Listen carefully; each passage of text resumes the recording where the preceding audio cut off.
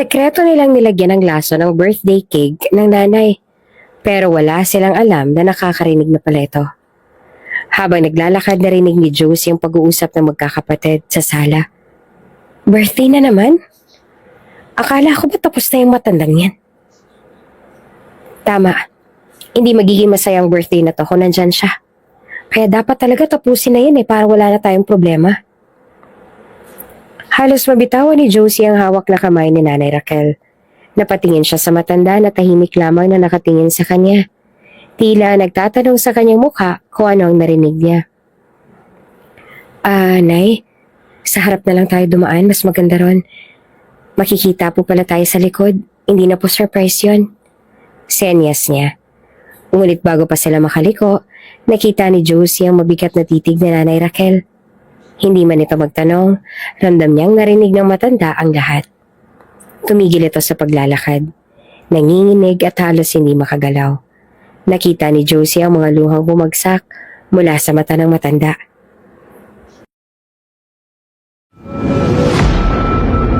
Kung bago ka pa lang sa channel na ito, Ate Jane TV, huwag kalimutang pindutin ang notification bell and subscribe button. Sana po hindi naman malaking abala sa inyo ang pagpindot ng subscribe button dahil ang kapalit po nito ay ang pagsuporta para makapag-produce ng mga libreng stories sa mga channels ni Ate Jane. Maraming salamat! Ang mansyon ni Tatay Efren at Nanay Raquel ay mistulang nawala ng buhay. Naging tahimik ang mga pasilyo mula nang ilibing si Tatay Efren, 2 linggo nang nakakalipas. Ang dating maingay na tahanan ay napalitan ng bigat ng pagkawala. Sa malaking dining hall, nagtipon ang mga anak ni Tatay Efren mula sa unang asawa nito. Si Nanay Raquel, ang pangalawang asawa ni Efren, ay nakaupo sa dulo ng mahabang mesa. Tahimik na pinapanood ng lahat. Katabi niya si Josie, ang kanyang yaya, na tanging nakakaintindi ng bawat senyas niya. Magiging maayos din ito. Senyas ni Josie kay Nanay Raquel upang pakalmahin ang matanda. Tumangulang si Nanay Raquel, pero ang lungkot sa kanyang mga mata ay halata. Kahit hirap na makarinig si Nanay Raquel dahil sa kanyang karamdaman, ramdam niya ang tensyon sa hangin. Inaabangan nila ang pagdating ng abogado ni Tatay Efren upang alipaliwanag ang magiging hatian ng mana at pag-aari ng negosyo na kinabibiliangan ng isang chain ng hardware stores na itinaguyod ni Efren. Ang lahat ay nag-umpisa nang mag-usap-usap ang pumasok ng mga abogado. Magandang umaga po sa lahat, bati nito. Ang kanyang boses ay kalmado ngunit seryoso. Binuksan niya ang kanyang maletang puno ng mga papeles at inilatag sa harap niya ang dokumento na naglalaman ng mga huling habilin ni Efren. Babasahin ko po ang laman ng testamento, sabi ng abogado habang ang lahat ng mata ay nakatuon sa kanya. Tanging si Josie lamang ang nagiging tulay ni Nanay Raquel upang makaintindi dahil patuloy nitong sinesenyas ang bawat sinasabi ng abogado. Alinsunod sa kagustuhan ng yumaong si Ginoong Efren Cruz, ang lahat ng hatian ng mana at share sa negosyo ay ibinibigay kay Ginang Raquel Cruz. Natigil ang lahat. Tumigil sa pagsisenya si Josie at napatingin sa abogado, habang ang mga anak naman ni Efren ay napalakas ang boses sa pagkagulat. Anong ibig sabihin nito? Sigaw ng panganay sa magkakapatid na si Victor. Teka lang. Akala ko ba may parte kami rito? Dagtag ng isa pang anak na si Ellen, halata ang galit. Ang kanilang mga reklamo ay parang dagundong sa sala. Sinubukang magpaliwanag ng abogado. Ito po nakasaad sa testamento. Bagamat hindi direktang nagbigay ng hatian si Ginoong Efren, ang lahat ng desisyon ukol sa ari-arian at negosyo ay nakabase kay Ginang Raquel.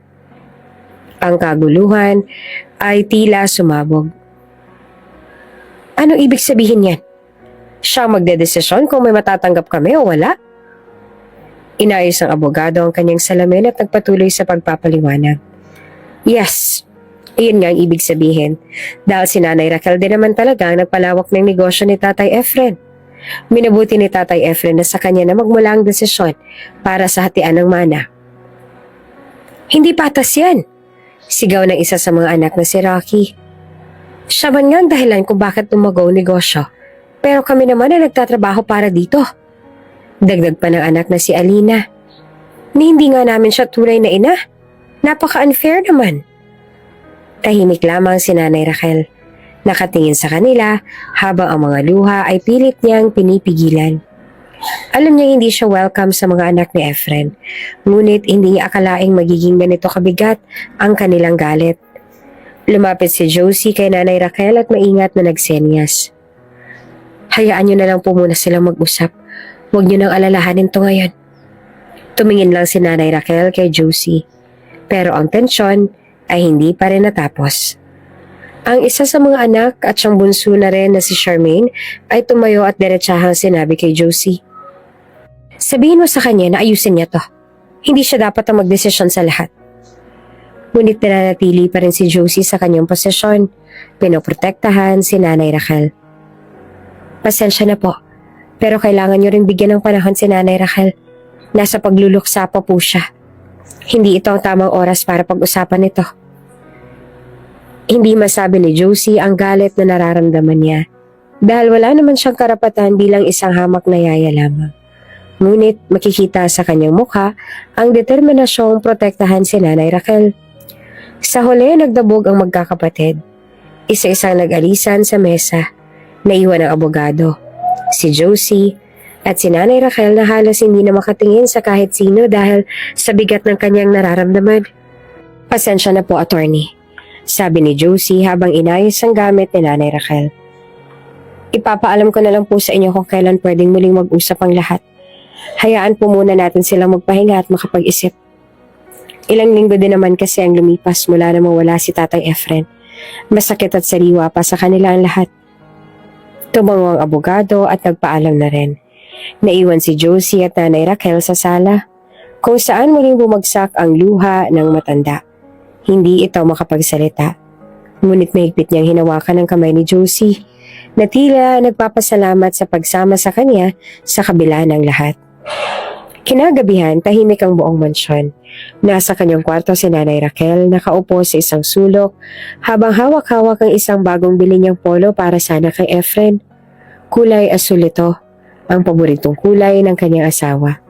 Dapat ay isusuot yun ni Efren sa nalalapit niyang ika-70 kaarawan. Ngunit hindi na iyon mangyayari. Isinubsob ni Nanay Raquel ang mukha sa damit. Doon niya ibinuhos ang lahat ng kanyang hinanakit. Efren, iniwan mo na ako. Sa isip-isip niya, habang tumutulo ang kanyang luha. Kahit hindi marinig ni Josie ang kanyang mga hinaing, nararamdaman nito ang bigat ng sitwasyon at tumabi sa kanya. Okay lang pong umiyak, Nay. Bulong ni Josie habang inaalo ang matanda. Ilabas niyo lang po ang sakit. Ang sakit, Josie. Ang sakit. Senyas pa ni Nanay Raquel habang patuloy ang pagbubuhos ng kanyang luha.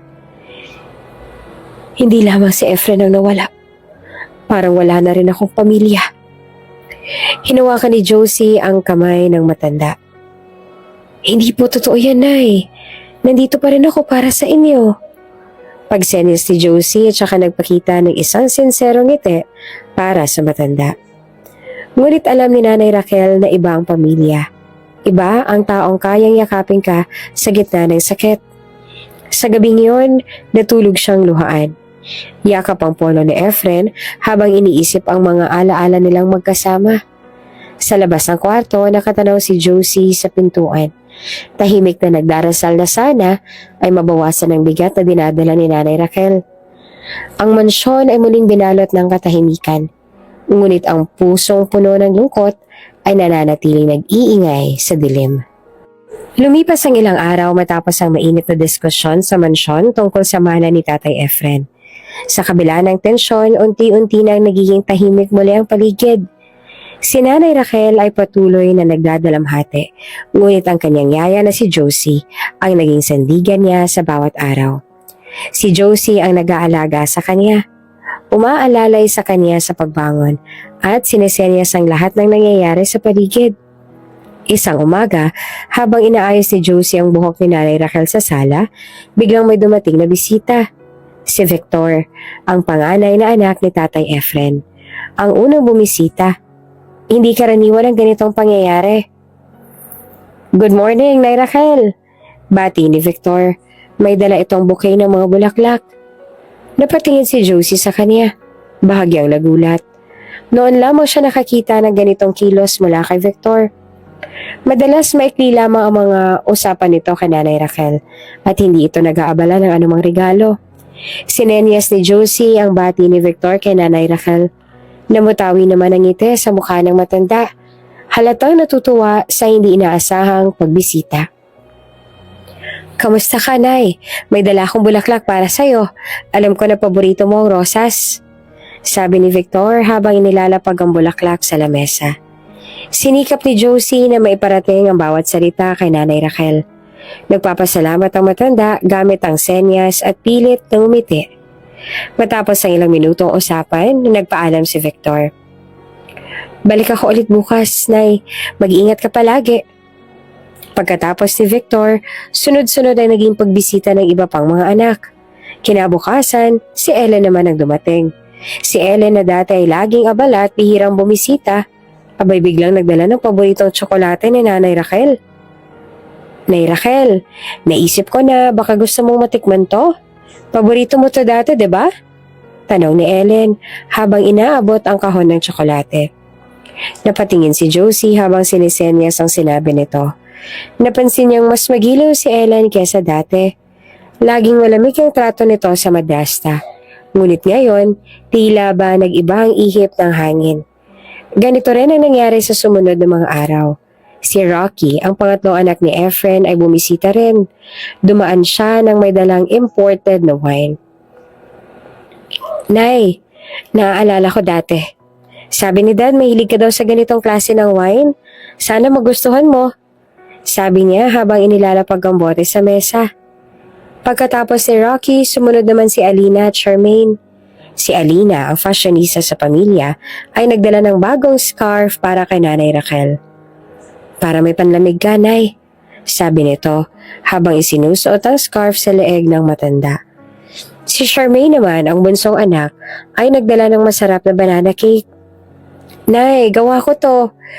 Sinubukan kong gayahin yung paborito mong cake dati. Sana magustuhan mo. Sabi niya habang inilalapag ang cake sa lamesa. Sa bawat bisita ng mga anak ni Efren, masayang masaya si Nanay Raquel. Napapangiti siya sa bawat regalong natatanggap. At halangtang ramdam niya ang pagmamahal ng mga ito. Madalas siyang nakatingin kay Josie na parang gusto magpasalamat sa tulong nito sa pagsasali ng kanilang mga sinasabi. Ngunit si Josie, bagamat tahimik, ay hindi mapigilan ang kanyang kutob. Bakit biglang nagbabait-baitan ng mga to? Tanong niya sa sarili. Naalala niya ang galit na ipinakita ng mga anak ni Efren noong araw na binasa ng abogado ang testamento. Ang mga reklamo, ang pagdadabog, at ang matinding galit na inaakala nilang kawalan nila ng parte sa mana. Pero ngayon, parang walang nangyari. Parang hindi sila mga taong galit na galit noong araw na yon. Gayunpaman, pinili ni Josie na huwag magsalita. Siguro nga, nagbago sila. Baka naman talagang nagising na sila sa kamalian nila. Bulong niya sa sarili. Ayaw niyang sirain ang kasiyaan ni Nanay Raquel. Sa mga sumunod na araw, nagpatuloy ang sunod-sunod na pagbisita ng mga anak ni Efren. Minsan, sabay-sabay pa silang dumarating. Dala ng kanilang mga regalo. Ang sala ng mansyon ay unti-unting napuno ng mga alay ng mga ito. Mga bulaklak, tsokolate, cake, scarf, at iba pang uri ng mga regalo. Napansin din ni Josie na tila nagkukumpetensyahan pa ang mga anak sa pagpapakita ng pagmamahal kay Nanay Raquel. Sa harap ng ganitong eksena, mas lalong naging masaya si Nanay Raquel. Sa kanyang isipan, sa wakas, ay naramdaman niya na rin ang pagmamahal mula sa mga anak ng yumaong asawa. Hindi man sila tunay na dugo, tinuring niya pa rin silang pamilya mula nang maging asawa siya ni Efren. Salamat, Josie. Seniya si Nanay Raquel ang isang gabi habang nagkakausap sila sa kwarto. Ang saya ko. Sa wakas, naramdaman ko rin mahal din ako ng mga anak ni Efren. Ngumiti si Josie at tumango. Opo, Nay. Mukhang nagbago na sila. Pero sa kaloob-looban niya, nananatili ang pagdududa. Habang unti-unti napupuno ang saya ng puso ni Nanay Raquel, nananatili ang tanong sa isip ni Josie. Ano kayang tunay nilang motibo? Ngunit sa ngayon, pinili niyang ipagpatuloy ang tahimik na pagmamasid.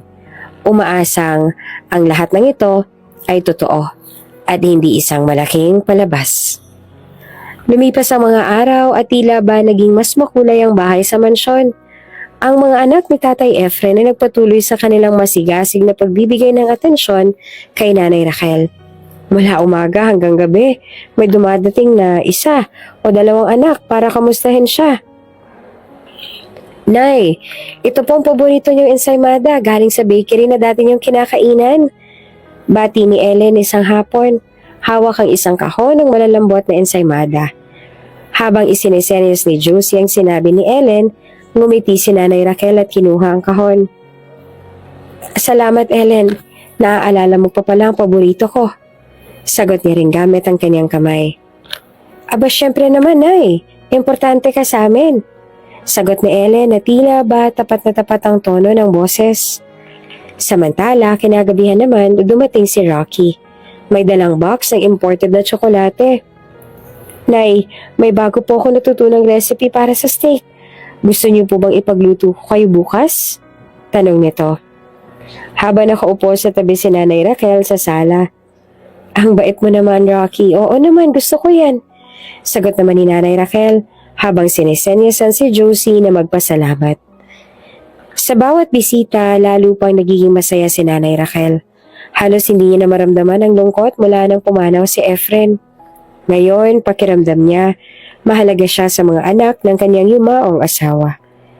Sa kabilang banda, nagkikita-kita rin ang magkakapatid sa isang tagong lugar upang mag-usap-usap.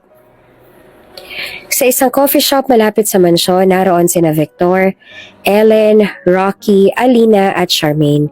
Tahimik silang nag-uusap habang nagkakape. So, panimula ni Victor na tila leader ng kanilang grupo. Kamusta ng plano nyo? Naligawan nyo na ba ang matanda?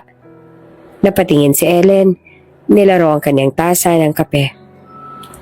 Ginagawa ko naman ang parte ko ah. Halos araw-araw nga ako dumadaan sa kanya. Kaya tingin ko panalo na ako. Ako rin, sagot ni Rocky. Nagsimula na ako ipagluto siya. Mukhang ganado naman siya. Basta ba't magpatuloy tayo, tsak na papayag din yun sa gusto natin. Ngumisi si Charmaine na tila may iniisip na mas malalim. Pero paano kung hindi natin makuha ang gusto natin? Anong gagawin natin? Biglang natahimik ang mesa. Nagkatinginan ng magkakapatid. Tila ba may naiisip na parehong ideya. Alam niyo, walang mangyayari kung mabagal tayo. Sabi ni Alina. Kailangan natin ng konkretong plano. Dapat sigurado tayong may makukuha tayo. Napabuntong hininga si Victor. Tama ka. Hindi pwedeng puro lambing lang. Kailangan natin siyang kumbinsihin na isa sa atin ang humawak ng negosyo. At nang lahat tayo makakuha ng mana. Sa atin lang dapat mapunta ang lahat at hindi sa kanya. Muli nagkatinginan ng lahat. Pero sa kanilang mga mata ay may halong kaba at determinasyon. Walang direktang nagsabi. Ngunit halatang intensyon.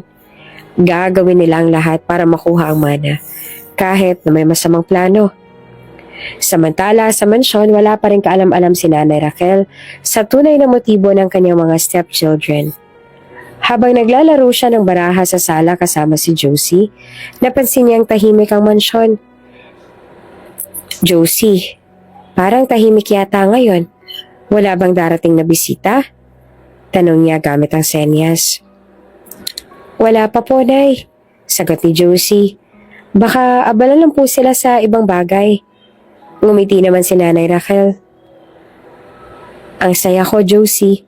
Ramdam ko ngayon na mahal din pala ako ng mga anak ni Efren.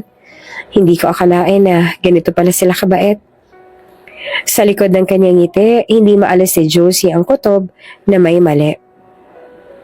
Opo, Nay. Sagot niya. Ngunit sa kanyang isipan ay ibang tanong ang tumatakbo. Bakit nga kaya biglang lambing ng mga ito? Sa mga sumunod na araw, napansin ni Josie na tila may kakaibang ikinikilos ang mga anak ni Efren.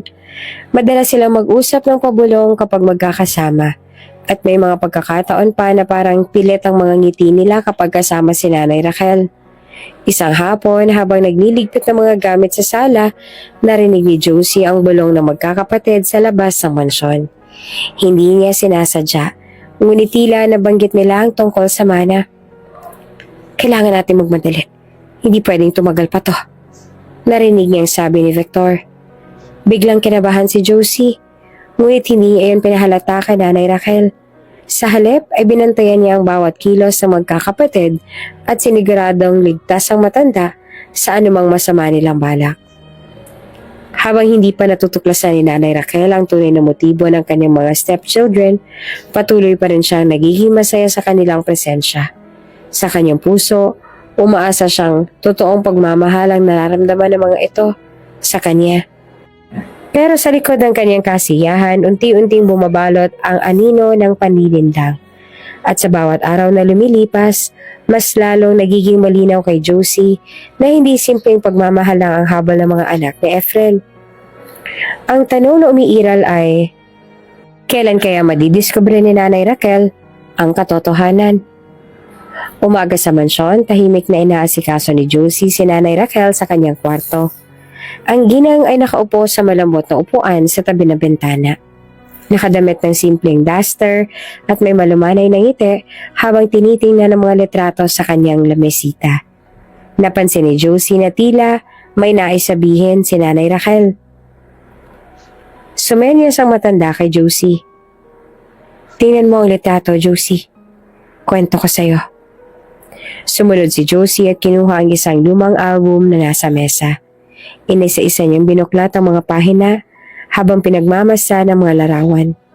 Sa bawat pahina ay may mga alaala ng isang masayang nakaraan.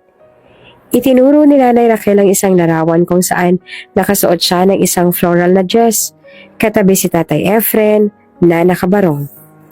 Mula sa isang tahimik na baryo nagmula si Raquel, isang biyuda na noon ay nasa late 60s na. Sa kabila ng kanyang edad, aktibo pa rin siya sa kanyang negosyo. Namumuhay ng simple kahit isa sa pinakamayamang businesswoman sa bansa. Nakilala niya si Efren sa isang fundraising event para sa simbahan. Si Efren na noon ay biyudo na rin matapos pumanaw ang kanyang unang asawa dahil sa malubhang sakit, ay nakuha ang atensyon ni Raquel sa kanyang tahimik ngunit maginoong pagkilos. Ma'am Raquel, may I offer a seat for you? Alok ni Efren nang makita niya naghahanap ito ng mauupuan. Nagsimula ang kanilang pagkakaibigan sa simpleng palitan ng mga salita at ngiti. Hindi nagtagal, naging madalas na ang kanilang pagkikita. Nagkakape sila sa mga tahimik na cafe. Nagsisimba tuwing linggo at nagbabahagian ng kwento tungkol sa kanilang nakaraan.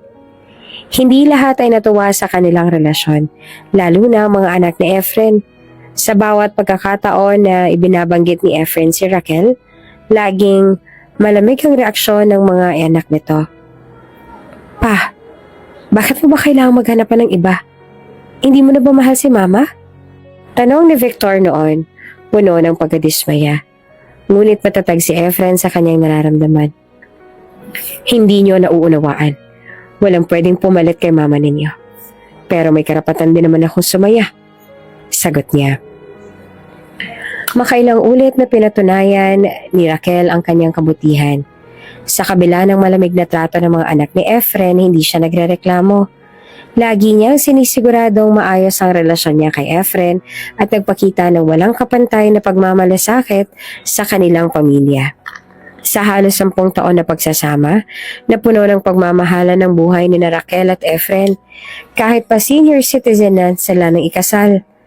Ang kanilang relasyon ay parang bagong kasal, punong-puno ng lambing at malasakit.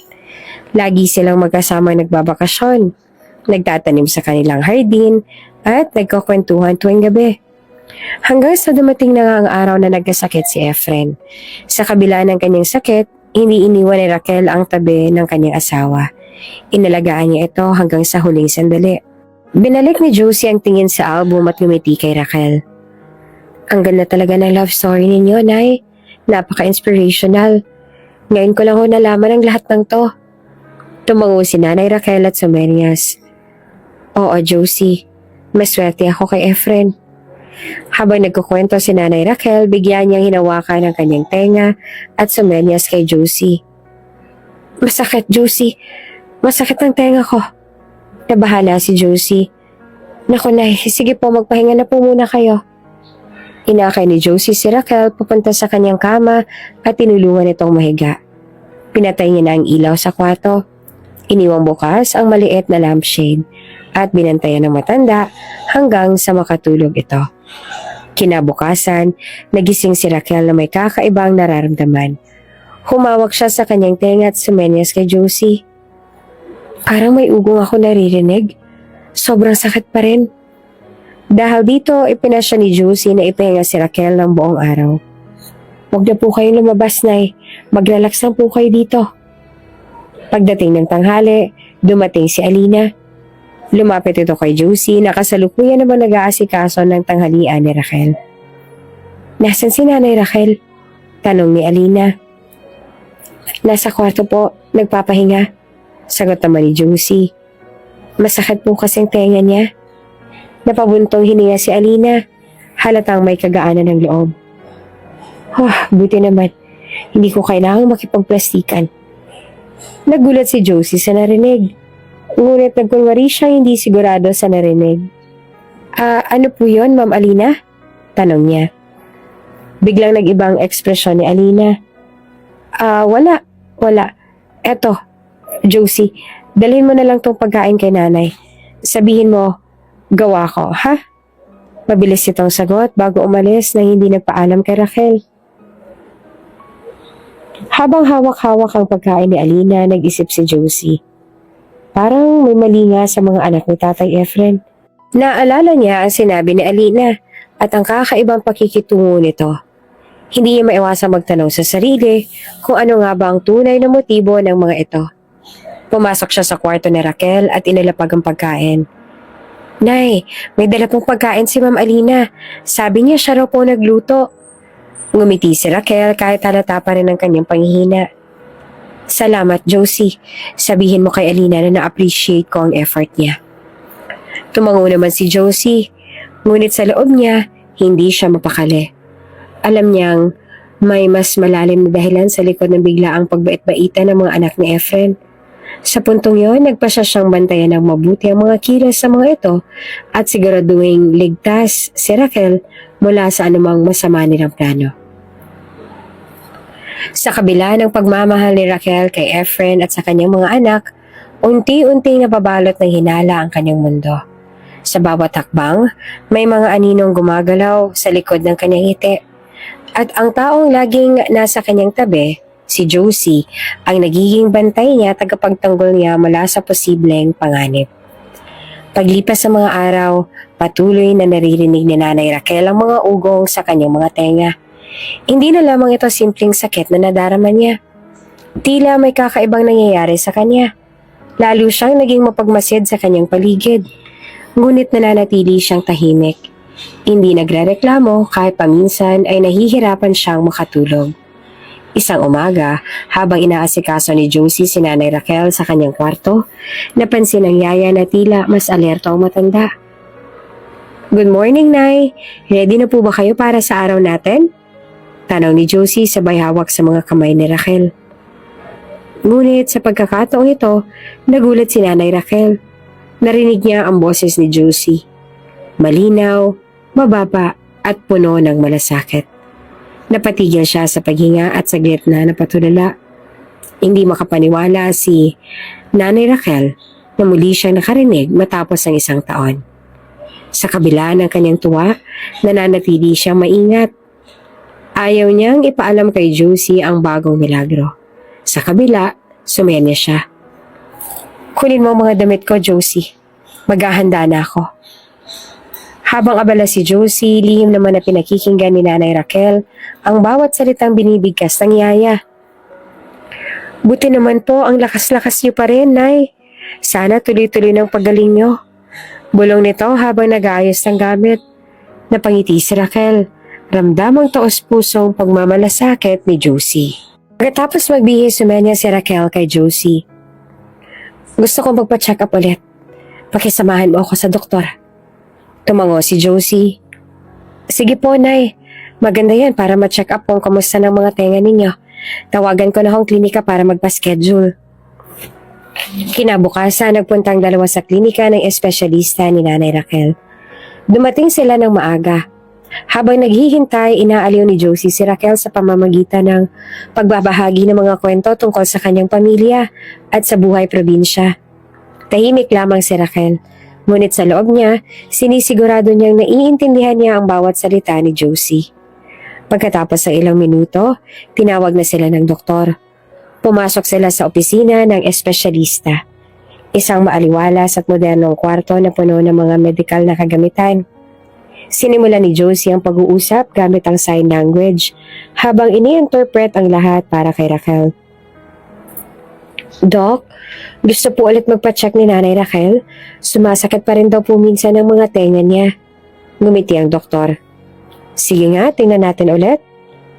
Habang abala si Josie sa pagtulong kay Raquel sa kanyang upuan, sumenyas ang matanda sa kanya.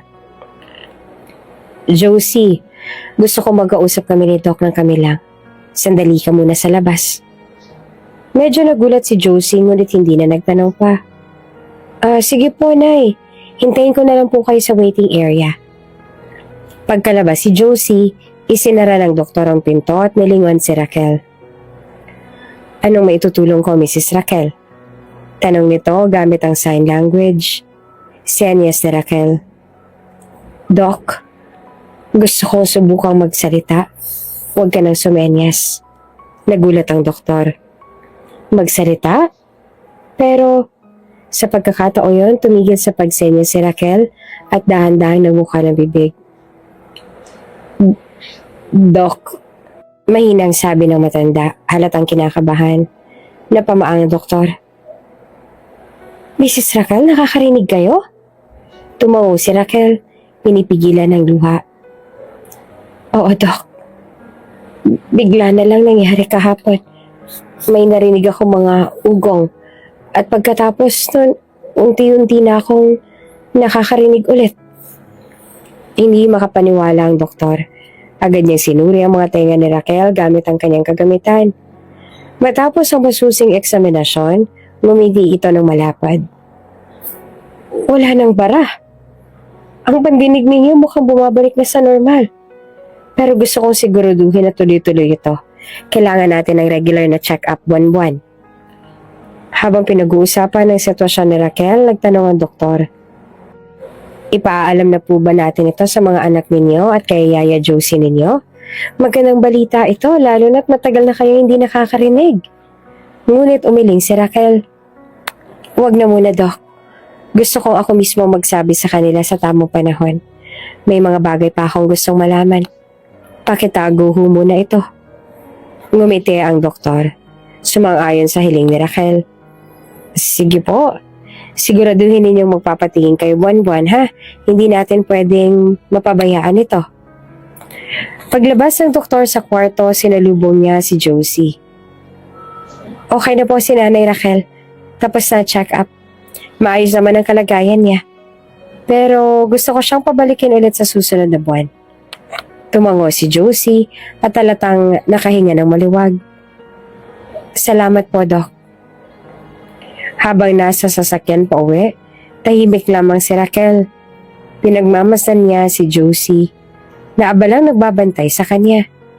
Sa kabila ng kasiyahan na muli siya nakakarinig, ramdam niyang may mabigat na bagay na kailangang harapin. Ang pagkukunwari at posibleng masamang balak ng kanyang mga anak. Laban lang, Raquel, sabi niya sa sarili. Sa kauna-unahang pagkakataon na muling narinig ang sariling tinig. Magiging maayos din ang lahat. Umagang-umaga pa lamang ramdam na ang kasiyahan sa malaking mansyon ni Nanay Raquel. Nakaayos na ang sala. Punong-puno ng makukulay na lobo at banderitas.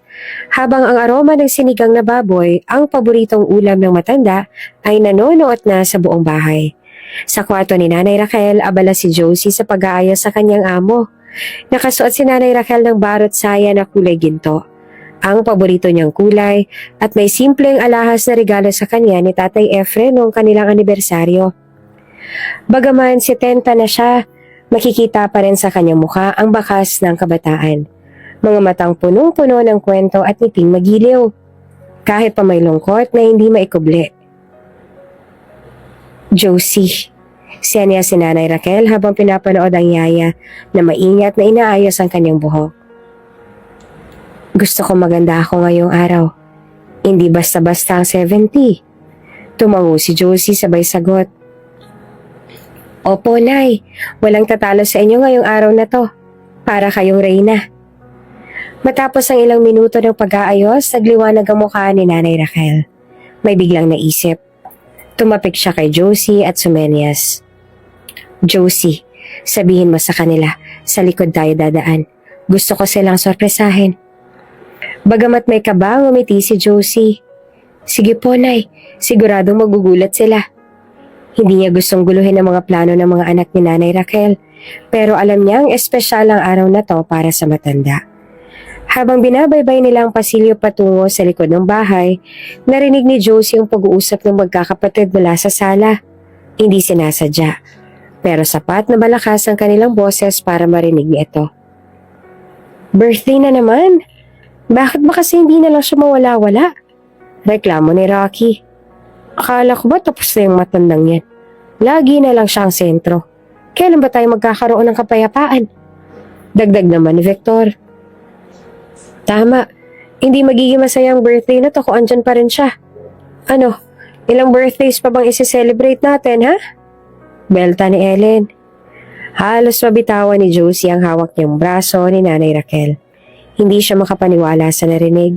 Napatigil siya, ngunit hindi niya maikubli ang kaniyang pagkabahala. Tumingin siya kay Nanay Raquel na nakangiti pa rin. Tila walang kamalay-malay sa nangyayari. Nay, sabi ni Josie, pilit na nilalabanan ng kaba. Sa harap na lang po tayo dumaan, mas maganda po roon. Ngunit bago pa sila makaliko, tumigil si Nanay Raquel sa paglalakad. Hindi siya tumingin kay Josie pero ang bigat ng kanyang presensya ay ramdam na ramdam. Kitang-kita ni Josie ang pamumutla ng matanda. Napansin na nanginginig ang kamay ni Raquel habang dahang-dahang bumitiw ito sa kanyang braso. Nay, okay lang po ba kayo? Tanong ni Josie na nag-aalala. Sa unang pagkakataon, hindi sumenya si Nanay Raquel. Sa halip, dahan-dahan siyang umiling at tumingin ng diretso sa mga mata ni Josie. Josie, mahina niyang sabi. Ang boses ay puno ng sakit. Narinig ko sila. Nagulat si Josie sa narinig. Nay, ano pong ibig niyo sabihin? Nakakarinig na po kayo? At nakakapagsalita? Sa halip na sumagot, bumalik ang tingin ni Nanay Raquel sa pintuan na papunta sa sala, kung saan naririnig pa rin nila ang masakit na usapan ng magkakapatid. Narinig ko ang lahat. Ulit na Raquel, mas malinaw ngayon. Ang sinabi nila tungkol sa akin. Napaluha si Josie. Wala siyang maisip na salitang pampalubag loob. Ramdam niya ang sakit na nadarama ni Raquel ay mas malalim pa sa kahit anong sakit na pisikal. Habang tahimik silang nakatayo, tila bumalik sa isipan ni Nanay Raquel ang lahat ng alaala ng kanyang pagsasakripisyo para sa pamilya ni Tatay Efren. Sa kabila ng galit at pagtanggi ng mga anak ng yumaong asawa, pinili niyang maging mabuting ina sa kanila. Mula sa pagbabayad ng kanilang utang hanggang sa pagtulong sa kanilang negosyo. Ibinuhos niya ang kanyang pagmamahal kahit hindi ito sinuksuklian. Bakit, Josie? Tanong ni Raquel, halos hindi na marinig ang kanyang boses. Ano nagawa kong mali? Nay, sagot ni Josie, pilit na iniintindi ang damdamin ng matanda. Wala po kayong kasalanan. Masyado lang silang makasarili. Matapos ang ilang minuto, tumayo ng tuwid si Nanay Raquel. Pinahid niya ang mga luha sa kanyang pisngi at pilit na inipon ang kanyang lakas. Lumingon siya kay Josie. Hindi ko hahayaang sirain nila ang araw na to. Tumango si Josie, ngunit halatang nag-aalala pa rin. Sige po, Nay. Kahit ano pong gusto ninyo, susunod ako. Nagdesisyon si Nanay Raquel na dumaan na lamang sa harapan. Nais niyang makita ang reaksyon ng kanyang mga anak na hindi nila nalalaman na narinig niya na ang kanilang usapan. Nang dumating sila sa sala, tahimik na tumigil ang mga magkakapatid sa kanilang usapan. Lahat sila ay agad na nagsimulang magkunwaring masaya. Happy birthday, Nay! Masayang bati ni Ellen habang lumapit para yakapin si Nanay Raquel. Sunod-sunod naman na lumapit ang iba pa, nagpapaligsahan sa pagbibigay ng pagbati at regalo. Napansin ni Josie ang pilit ng ngiti ng magkakapatid. Alam niyang hindi totoo ang kanilang mga sinasabi. Ngunit si Nanay Raquel, sa kabila ng sakit na nararamdaman ay ngumiti rin. Salamat sa inyong lahat. Senyas niya ng buong hinahon, habang inaabot ang kamay sa bawat isa sa kanila. Sa loob-loob niya, nagdesisyon na siya. Hindi niya nahahayaang ituring siyang walang halaga. Ang araw na to, ang kanyang ika-70 kaarawan, ay magiging simula ng kanyang pag-akbang patungo sa katarungan at pagmamahal sa sarili. Sa kalagitnaan ng kasiyahan, inalabas ang isa sa mga anak na si Rocky ang napakalaking cake na espesyal nilang ipinagawa para sa ika-70 kaarawan ni Nanay Raquel. Ang cake ay kulay puti, pinalamutian ng mga bulaklak na gawa sa icing at may nakasulat na, Happy 70th birthday, Nanay Raquel. Surprise, Nay! Sabi ni Ellen habang maingat na inilalapag ang cake sa gitna ng lamesa.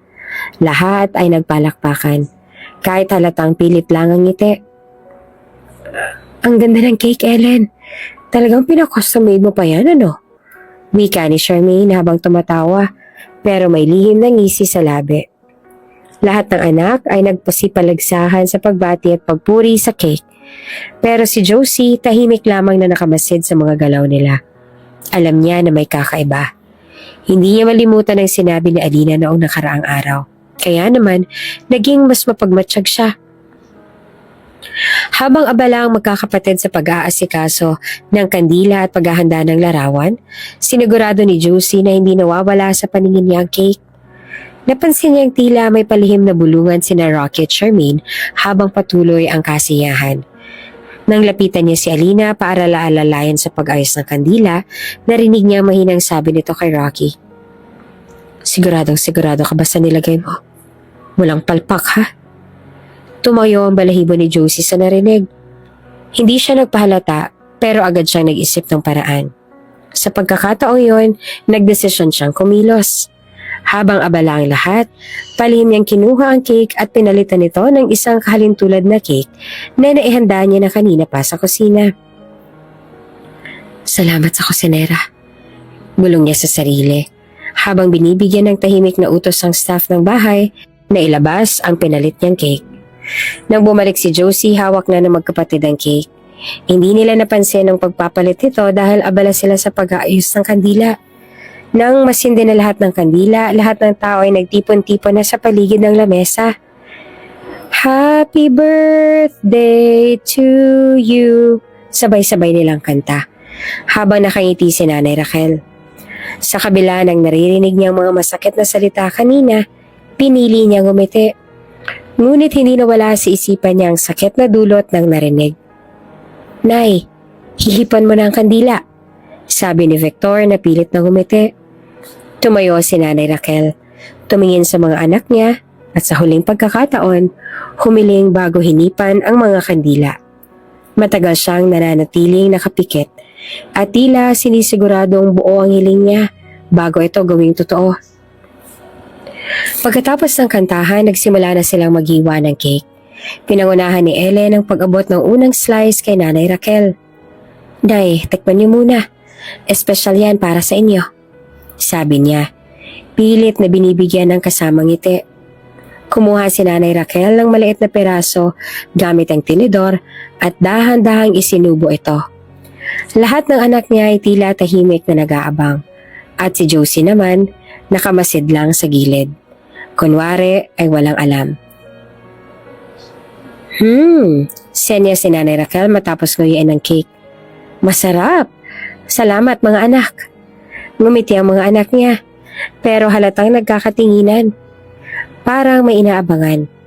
Ilang minuto ang lumipas pero walang nangyayari kay Nanay Raquel.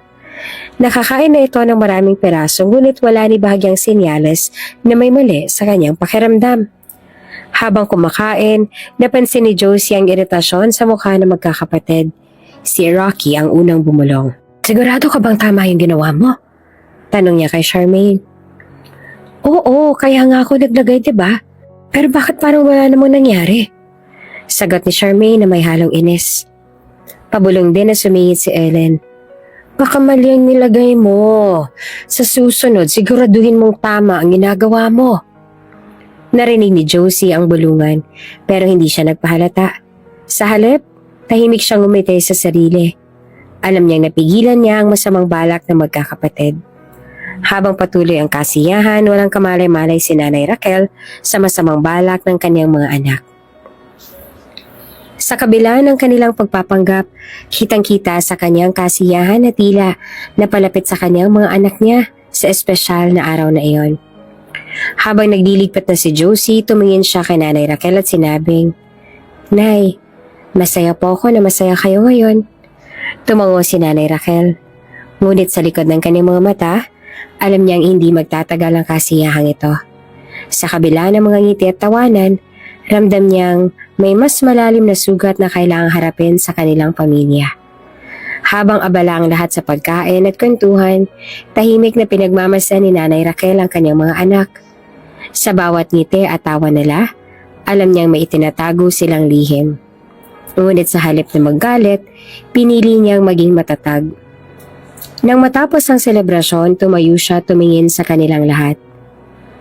Salamat sa pagpunta ninyo. Hindi ko akalaing magiging ganitong kasaya ang aking kaarawan. Sabi niya na ang boses ay puno ng emosyon. Walang nakakaalam, pero sa likod ng kanyang mga ngiti, isang plano na ang unti-unting nabubuo sa kanyang isipan. Ang katahimikan ng mansyon ay napuno ng alingaw-ngaw ng pag-uusap ni Nanay Raquel at Josie. Isang gabi matapos ang kaarawan ni Nanay Raquel, naupo si Josie sa tabi ng kama ng matanda. Bitbit ang isang tasa ng mainit na gatas. Nay, bungad ni Josie. Hindi ko pa rin po matanggal sa isip ko yung narinig natin ng birthday ninyo. Tumingin si Nanay Raquel kay Josie. Hindi nakapagsalita agad. Sa halip ay tumango siya. Pinapakita ang lalim ng iniisip. Josie, mahina niyang sabi. Ngunit sapat na upang magulat si Josie. Nay, pasensya na. Hindi pa rin po ako sanay na nakakarinig na kayo at nakakapagsalita. Talaga po bang naririnig niyo na ako? Tanong ni Josie, nagulat sa biglang pagbabago. Tumango si Nanay Raquel. Oo Josie, ilang linggo na. Hindi ko pa sinasabi sa'yo dahil gusto ko munang maunawaan ang lahat ng nangyayari. Pero nung narinig ko ang sinabi ng mga anak ko, hindi na natapos si Nanay Raquel ang sinasabi dahil tumulo na ang kanyang mga luha. Nay, wag niyo na pong isipin yun. Hindi po ninyo deserve ang ganun. Hinawakan ni Josie ang kamay na matanda. Sinusubukang pakalmahin ito. Pero kailangan po nating mag-ingat. May sasabihin po ako sa inyo. Tumingin si Nanay Raquel kay Josie. Halatang nag-aalala. Ano yon Josie? Yung cake po ng birthday ninyo, pinalitan ko. Pagtatapat ni Josie. Nakita ko po kasi ang kakaibang kilos ng mga anak ninyo. May narinig din po akong bulungan. Kaya pinalitan ko ang cake para makasigurado. Namutla si Nanay Raquel sa narinig. Ibig sabihin, totoong hinala ko. May plano sila sa akin. Pero bakit Josie? Bakit ba ito nila nagagawa? Mga anak ko sila. Ako naging nanay sa kanila. Tumulo ang luha ng matanda habang iniisip ang malalambing na sandali noong bata pa ang kanyang anak. Anong nagawa ko para magalit sila ng ganito? Nay, huwag po kayo mag-alala. Nandito po ako, hindi ko kayo pababayaan. Pero kailangan po natin mag-isip ng plano. Habang nag-uusap sina Nanay Raquel at Josie, nagtipon-tipon naman ang magkakapatid sa isa sa mga bahay nila para magplano. Galit na galit si Ellen habang kinakausap si Charmaine. Oops! May break muna. Gusto mo bang ma-shoutout dito sa channel ni Ate Jane? Mag-comment lang ng lesson you learned from the latest story uploaded. Dahil pipili kami ng isang best comment of the day para i-shoutout sa susunod na upload. Kaya huwag kalimutang mag-iwan ng lesson you learned after you watch this video. Maraming salamat! Shoutout nga pala kay Arlene Mandolado from Kuwait and Antique. Maraming salamat sa pakikinig. Hanggang sa muli. Ano ba, Charmaine? Siguraduhin mo naman ang mga plano natin. Bakit hindi naging effective yung ginawa natin sa cake? Ewan ko ba? Sagot naman ni Charmaine, eretadong-eretado. Baka maling dosage ang nailagay. Ginamit ko lang naman yung binigay ni Kuya Victor. So, ano nang gagawin natin ngayon? Tanong ni Alina, halatang nawawala na ng pasensya. Unti-untiin na lang natin siya. Suhestyon ni Rocky. Lagyan natin ng kaunting dosage ng laso ng pagkain niya para manghina siya. Huwag yung biglaan para mukhang natural lang ang pagkamatay niya. Bakit hindi na lang natin isahan para tapos ng problema natin? Galit na sagot naman ni Ellen. Paano kung makasuhan tayo ng murder? Hindi mo ba naisip yon? Sagot ni Rocky. Nagkatinginan ng magkakapatid. Tila nagkakasundo sa plano. Sa huli, tumango si Charmaine. Ako nang bahala. May kilala akong kasambahay sa mansyon na pwedeng maglagay ng lason sa pagkain ni Nanay Raquel. Sige, Charmaine. Sabihin mo sa kanya. Gawin niya lang ng dahan-dahan. Ayoko may makapansin. Utos ni Victor. Samantala, hindi pa rin nawawalang hinala ni Josie sa magkakapatid. Napansin niya na bawat beses na bumibisita sila kay Nanay Raquel, lagi silang may dalang pagkain. Hindi ito nakakawala sa kanyang paningin, kaya naman sa tuwing aalis sa mga ito, agad niyang tinatapon ang mga pagkain iniiwan nila. Nay, huwag po ninyong kakainin tong mga to. Ako na pong bahala. Sabi niya kay Nanay Raquel na nagtataka sa kilos si Josie, ngunit nagtiwala na lang ito dito. Para hindi magduda ang magkakapatid, ginagawa ni Josie ng paraan na magmukhang kinakain ni Nanay Raquel ang mga dala nila. Minsan, binibigay niya ito sa mga kasambahay o sa mga alagang aso. Ngunit, hindi alam ni na Josie at Nanay Raquel na may kasambahay sa mansyon na binayaran ng magkakapatid para maglagay ng lason sa pagkain ng matanda. Si Rita, isang dalagitang katulong. Tinakot at inalok ng malaking halaga kapalit ng pagsunod sa utos. Rita, malaking pera to. Kaya mo nang mabayaran ng utang ng pamilya mo. Gawin mo lang ang sinasabi namin. Sabi ni Charmaine habang iniaabot ang sobre na naglalaman ng pera. Takot na takot si Rita, ngunit napilitan siyang tanggapin ang alok. Sige po, pero sigurado po ba kayo na walang makakaalam? Siguraduhin mo lang na maingat ka. Huwag kang papahuli. Banta ni Ellen. Nagpatuloy ang pagpapanggap ng magkakapatid tuwing bumibisita sila kay Nanay Raquel. Laging may dala silang regalo o pagkain at todo ang pagpapakita ng kabaitan. Ngunit lingid sa kanilang kaalaman, lalo lang naging mapagbantay si Josie. Nay, sabi ni Josie habang inihahain ang pagkain ni Nanay Raquel. Ako na pong bahala sa lahat ng kakainin ninyo. Huwag po kayo mag-alala. Tumango si Nanay Raquel. Bagamat tila wala naman siyang alam sa nangyayari, nararamdaman niyang may mga bagay na hindi sinasabi sa kanya. Isang araw, habang naghahain ng pagkain si Rita, nilapitan siya ni Josie sa kusina. Napansin ni Josie ang kaba sa kilos ni Rita. Rita, okay ka lang ba? Tanong ni Josie. Pinipilit yumiti upang hindi magmukhang naghihinala. Oo, Ate Josie. Sagot ni Rita na halos hindi makatingin sa kanya. Ngunit hindi ito nakaligtas kay Josie. Alam niyang may kakaiba sa kilos ng dalagita. Mula ng sandaling yon, lalong tumibay ang desisyon ni Josie na bantayan si Nanay Raquel. Habang lumalala ang plano ng magkakapatid, hindi nila alam na unti-unti na ring nalalantad ang kanilang mga balak. Sa pagitan ng kanilang pamilya, ang lason na hindi lamang nasa pagkain, kundi nasa relasyon na lang lahat. Isang umaga, habang naghahanda ng agahan para kay Nanay Raquel, napansin ni Josie ang kakaibang kulay ng pagkain na inilagay ni Rita sa tray. Hindi ito katulad ng karaniwang kulay ng sabaw na laging gusto ni Nanay Raquel.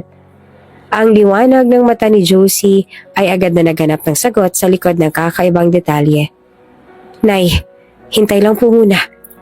Biglang sabi ni Josie nang kukunin na ni Nanay Raquel ang kutsara. "Bakit, Josie? Mukhang masarap naman ang amoy ah." Tanong ni Nanay Raquel. Kunot noo habang nakatingin sa tray. "Ako na lang po magluluto. Parang hindi pa maayos itong pagkain."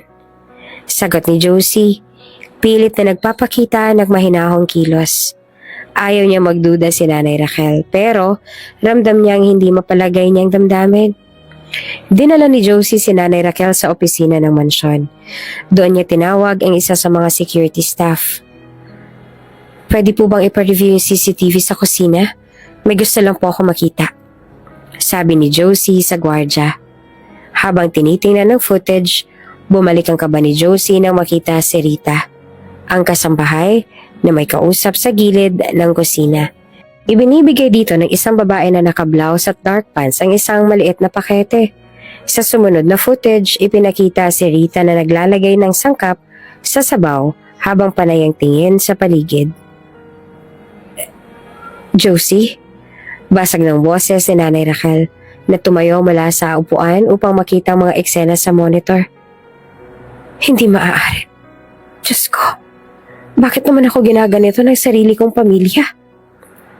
Niyakap ni Josie si Nanay Raquel. Ramdam ang pagyanig ng kanyang balikat habang umiiyak. "Huwag po kayo mag-alala, Nay. Kailangan po nating maging matatag." Kinabukasan, tinawag ni Josie si Rita sa sala. Nakayuko ang kasambahay. Halatang kinakabahan. "Rita, salamat sa serbisyo mo. Pero hanggang ngayon ka na lang." Malamig na sabi ni Josie. Pinipilit ang sarili na maging matatag. "Ate Josie, sorry po, napilitan lang ako." Halos maiyak na sabi ni Rita. "Alam ko, pero hindi namin pwedeng isugal ang kaligtasan ni Nanay Raquel. Umalis ka na bago pa kami magbago ng isip," dagdag ni Josie. Bagamat galit, pinili nilang hindi ipakulong si Rita. Alam nilang isa lang siyang biktima ng plano ng magkakapatid. Simula noon, nagdesisyon si Nanay Raquel na sabayan ang laro ng kanyang mga anak. Binalik niya ang pagpapanggap na hindi pa rin siya nakakarinig. Tuwing dumarating ang magkakapatid, ipinapakita niya ang kanyang pagiging masayahin at mapagpasensyang ina.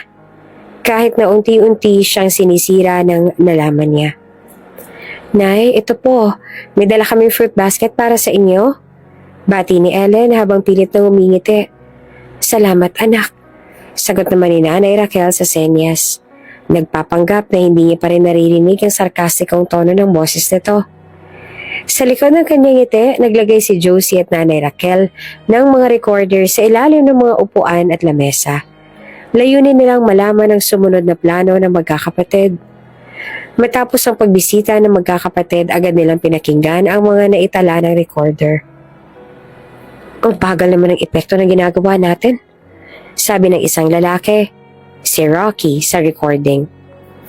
Baka naman mali na naman yung dosage na nailagay noong huling beses," sagot ni Alina. "Wala na tayong kasamang kasambahay.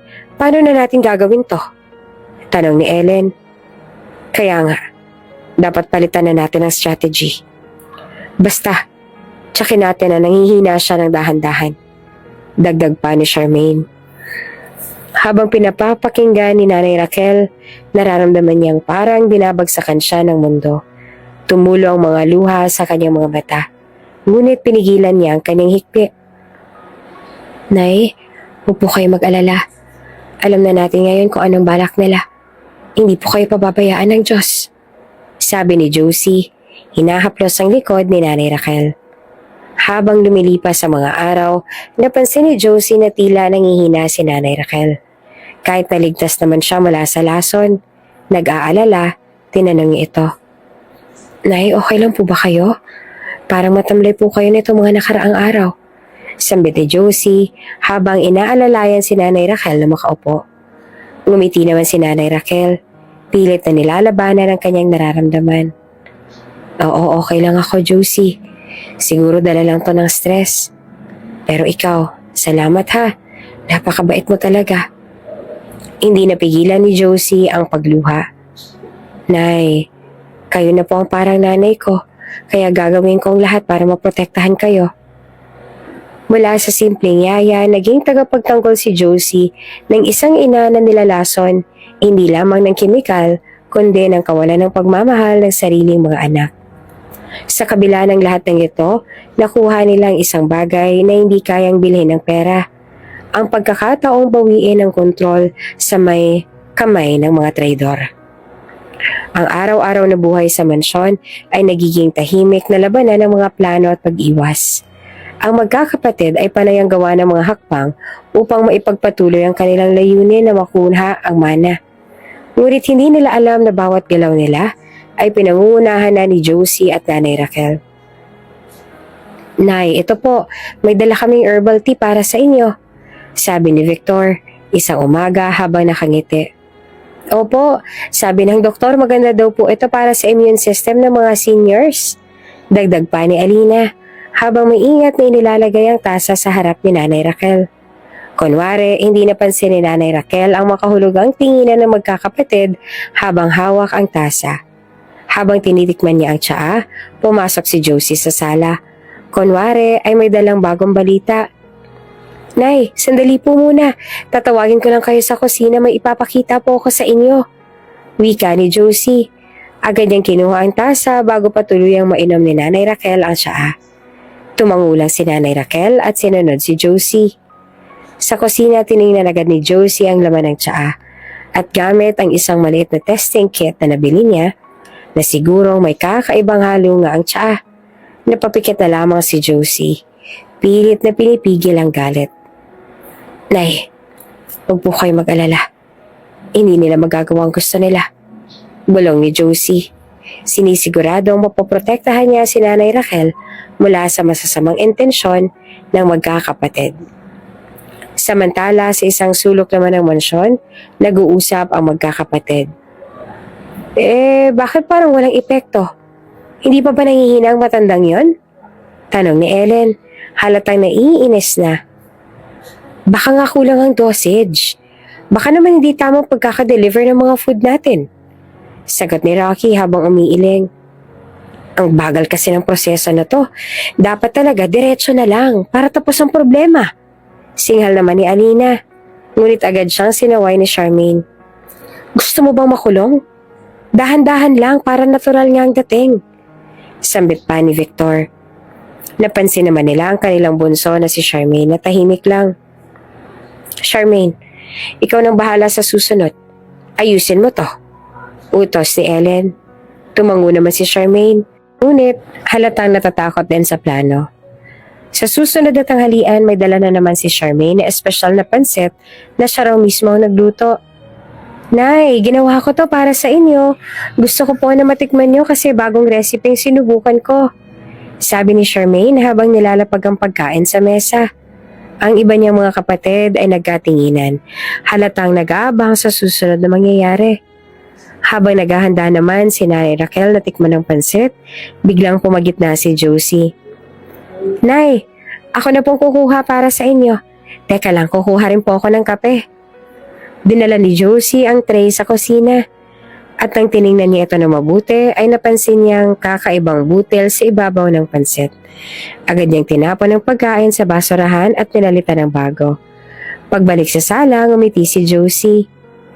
Ito na pong pagkain ninyo, Nay. Nakita niya ang nananatili ang masayang ngiti ni Nanay Raquel. Ngunit alam niya ang tunay na takot sa likod ng ngiti nito. Hindi naman napansin ng magkakapatid ang masusing pagbabantay ni Josie. Lahat ng pagkain o iinumin na galing sa kanila ay sinisigurado niyang dumadaan muna sa kanyang pagsusuri. Ginagawa niya ito ng palihim upang hindi magduda ang magkakapatid. Isang gabi, habang magkasama si Josie at Nanay Raquel sa opisina ng mansyon, nag-usap sila tungkol sa mga nangyayari. Josie, basag ni Nanay Raquel, habang umiiling at hawak ang isang maliit na larawan ni Efren, ang yumaong asawa. Paano ba naging ganito ang mga anak ni Efren? Hindi ko maintindihan kung saan ako nagkamali. Lumuha si Nanay Raquel habang iniisip ang mga nagdaang taon. Nagmahal lang naman ako, pero parang mali pa rin. Hinawakan ni Josie ang kamay ng matanda. Nay, hindi po ninyo kasalanan. Ang kasalanan po ay nasa kanila dahil pinili nilang naging ganit. Nagkaroon ng tahimik na sandali. Hanggang sa biglang ngumiti si Nanay Raquel. Josie, napakabuti mong tao. Mas anak pa nga kita kesa sa kanila. Halos maiyak si Josie sa sinabi ng matanda. Nay, gagawin ko po ang lahat para maprotektahan kayo. Hindi po kayo nag-iisa. Kinabukasan, maagang nagising si Nanay Raquel at tumawag sa kanilang abogado. Attorney Hernandez, may gusto akong ipabago sa testamento ko. Sabi ni Nanay Raquel sa kabilang linya. Ano po yun, Ma'am Raquel? Usisa ng abogado. Bahagyang gulat dahil sa maagang pagtawag ni Nanay Raquel. Gusto ko na ang lahat ng naiwan ko at ni Efren ay mapunta kay Josie. Nararapat lang. Siya ang totoong nag-alaga at nagmahal sa akin. Wika ng matanda. Buo ang boses ngunit may halong lungkot. Sigurado po ba kayo, ma'am? Alam niyo pong maaaring maging komplikado ito. Tanong ng abogado. Ngumiti si Nanay Raquel kahit walang nakakakita. Oo, gusto kong itama ang pagkakamali ng aking puso. Si Josie, siya ang karapat-dapat. Pagkatapos ng tawag, huminga ng malalim si Nanay Raquel. Ito ang unang hakbang para makuha niyang hustisya laban sa mga traidor na anak-anakan. Ang araw ay nagsimula ng tahimik ngunit puno ng emosyon. Iyon ang kaarawan ng yumaong si Tatay Efren, ang lalaking nagmahal kay Nanay Raquel sa kabila ng lahat ng pagsubok. Sa mansyon, puno ng dekorasyon ng dining hall, mga lobo, kandila, at mga litrato ni Tatay Efren na nakadisplay sa mesa. Ang mga anak ni Tatay Efren na nagsidatingan, dala ang kanilang mga formal na ngiti at kunwari ay masayang pagbati. Happy birthday sa langit, Dad! Miss na miss ka na namin ng mga anak at apo mo. Wika ni Ellen habang kunwaring nagpupunas ang luha. Nay, napakaganda ng setup ninyo. Alam ko masaya si Dad ngayon sa langit. Dagdag pa ni Victor, na halatang plastic naman ang tono. Nakangiti lang si Nanay Raquel habang tinitingnan ng bawat isa sa kanila. Sa tabi niya, tahimik si Josie ngunit nananatiling alerto. Alam niya na anumang oras ay maaaring may mangyari. Bago nagsimula ang kainan, nagdasal muna ang lahat para kay Tatay Efren. Si Rocky ang nag-lead ng panalangin. Panginoon, sana po ay gabayan ninyo si Papa sa inyong kaharian. Sana po ay magpatuloy ang pagmamahal niya sa amin, kahit wala na siya rito. Pagkatapos ng dasal, nag-toast ang lahat gamit ang kanilang inumin. Kunwari ay masaya ang bawat isa, ngunit ramdam ang tensyon sa mesa. Habang kumakain, tumayo si Nanay Raquel. Dahilan upang tumahimik ang lahat. May gusto akong sabihin. Panimula niya. Medyo formal ang tono ng senyas at halatang kinakabahan ang magkakapatid. Gusto kong magpasalamat sa inyong lahat sa pagdalo ngayong araw. Alam kong mahal ni Efren ang bawat isa sa inyo. Senyas niya. Nagkatinginan ng magkakapatid. Nagtataka sa biglang pagseseryoso ng matanda. Pagkatapos ay ngumiti si Nanay Raquel at binitiwan ng isang linya na nagpabago sa lahat. Alam niyo ba? Nakakarinig na ako. Nagulat ang lahat. Ano po? Sabay-sabay na tanong ng magkakapatid. Halatang hindi makapaniwala. Oo mga anak, matagal na. Sabi ni Nanay Raquel habang umingiti ng banayad. At hindi lang yon, nakakapagsalita na rin ako. Tahimik ang mesa, walang makapagsalita. Si Ellen ay halatang nag-aalala. Si Rocky ay nag-iwas ng tingin. At si Alina ay pilit na umiti. Nay, nakakatuwa naman po yan. Ang galing-galing. Sabi ni Charmaine, halatang pilit na bumabawi. Lumapit ang magkakapatid at kunwaring yumakap kay Nanay Raquel. Ngunit ang sumunod na sinabi ng matanda ang tuluyang gumulat sa kanila. May isa pa akong ibabalita. Sabi niya habang inilalabas ang isang papel mula sa kanyang bulsa. Tungkol ito sa mana ni Efren. Lahat ay tumahimik. Halos maririnig ang tunog ng bawat hininga. Maririnig na nila ang tungkol sa mana. Lahat sila ay naghihintay sa susunod na mga sasabihin ni Nanay Raquel. Matagal ko nang pinag-isipan to. Sabi ni Nanay Raquel, tingnan na ng bawat anak. At napagpasyahan ko na ang lahat ng ari-arian namin ni Efren, pati na ang lahat ng kanyang kayamanan, ay ibibigay ko kay Josie. Ano? Sigaw ni Ellen, hindi makapaniwala sa kanyang narinig. Bakit kay Josie? Dagdag pa ni Alina. Halatang galit rin na dahil sa nalaman. Napatingin si Josie kay Nanay Raquel, halatang nagulat din. Nay, hindi ko po alam to. Bulong niya. Ngunit ginitian lang siya ng matanda. Nay, kami mga anak ni Dad. Bakit si Josie ang magmamana? Galit na tanong ni Rocky.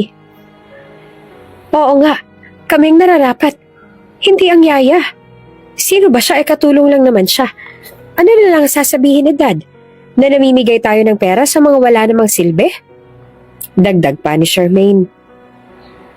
Tahimik si Nanay Raquel habang pinapakinggan ang kanilang mga reklamo. Sa huli, tumayo siya, tiningnan sila ng diretsyo. Kayo ang mga anak ni Efren, oo. Pero si Josie ang nag-alaga sa akin. Siya ang nariyan sa oras na kailangan ko ng tulong.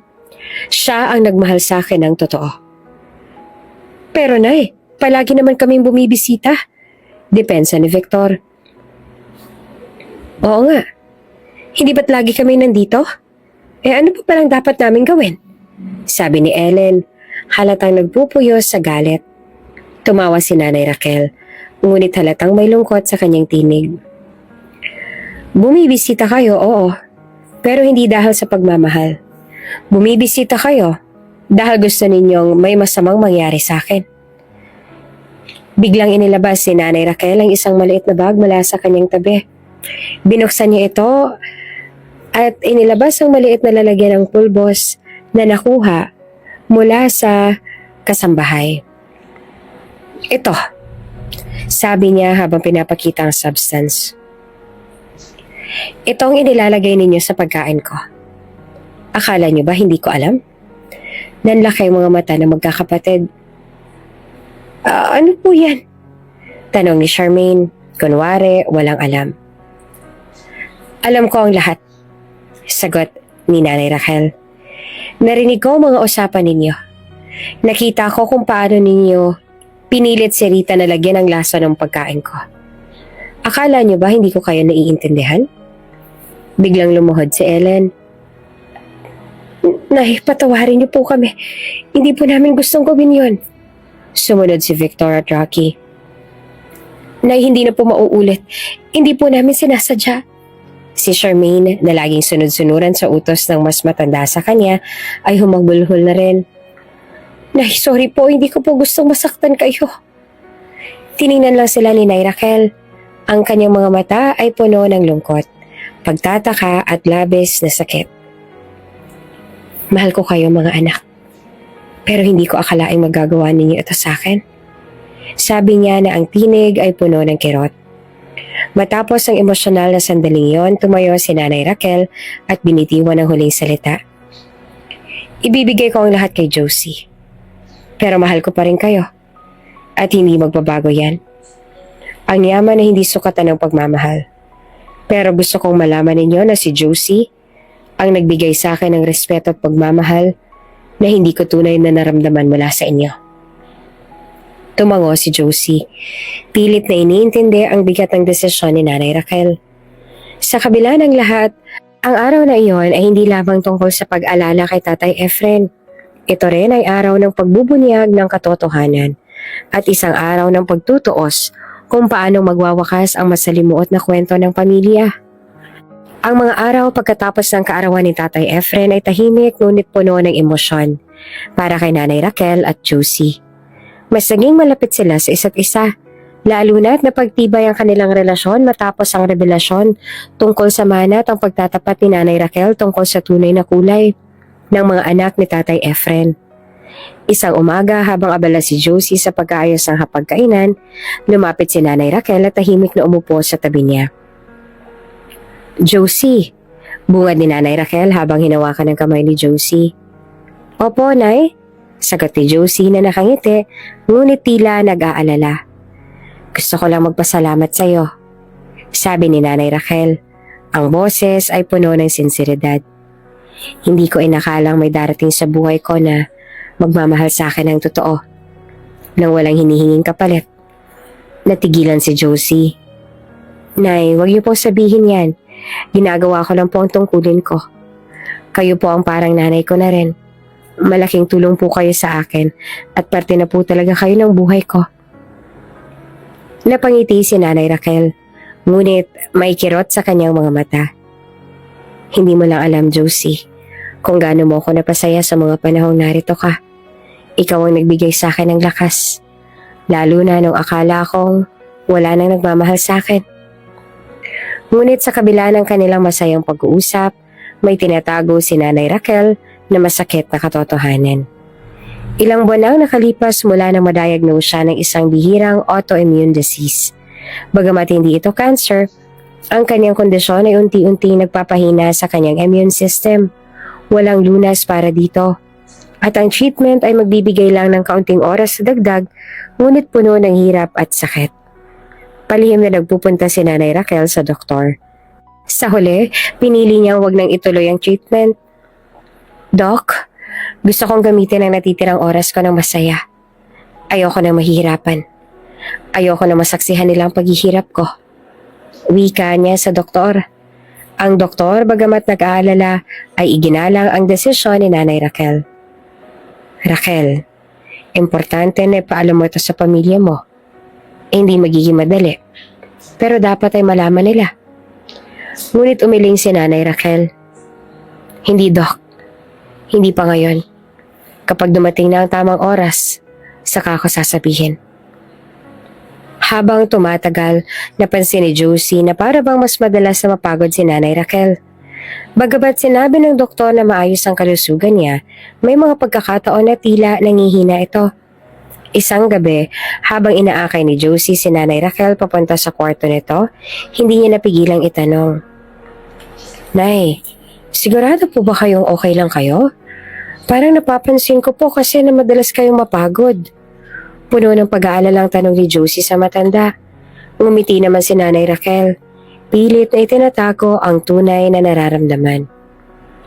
Okay lang ako, Josie. Siguro ay dala ng ito ng edad. Ang mahalaga, naririto ka para alalayan ako. Kaya salamat, ha? Isang araw, dumating ang resulta ng huling medical test ni Nanay Raquel. Habang binabasa ito ng doktor, napailing siya. Raquel, ang mga resulta ay nagpapakita ng mas mabilis ng humihina ang katawan mo kaysa sa inaasahan. Wika ng doktor sa malumanay na tono. Pasensya ka na, Raquel. Kung tinanggap mo ang treatment, may tsansa pa tayong mapigil ang pagkalat ng sakit.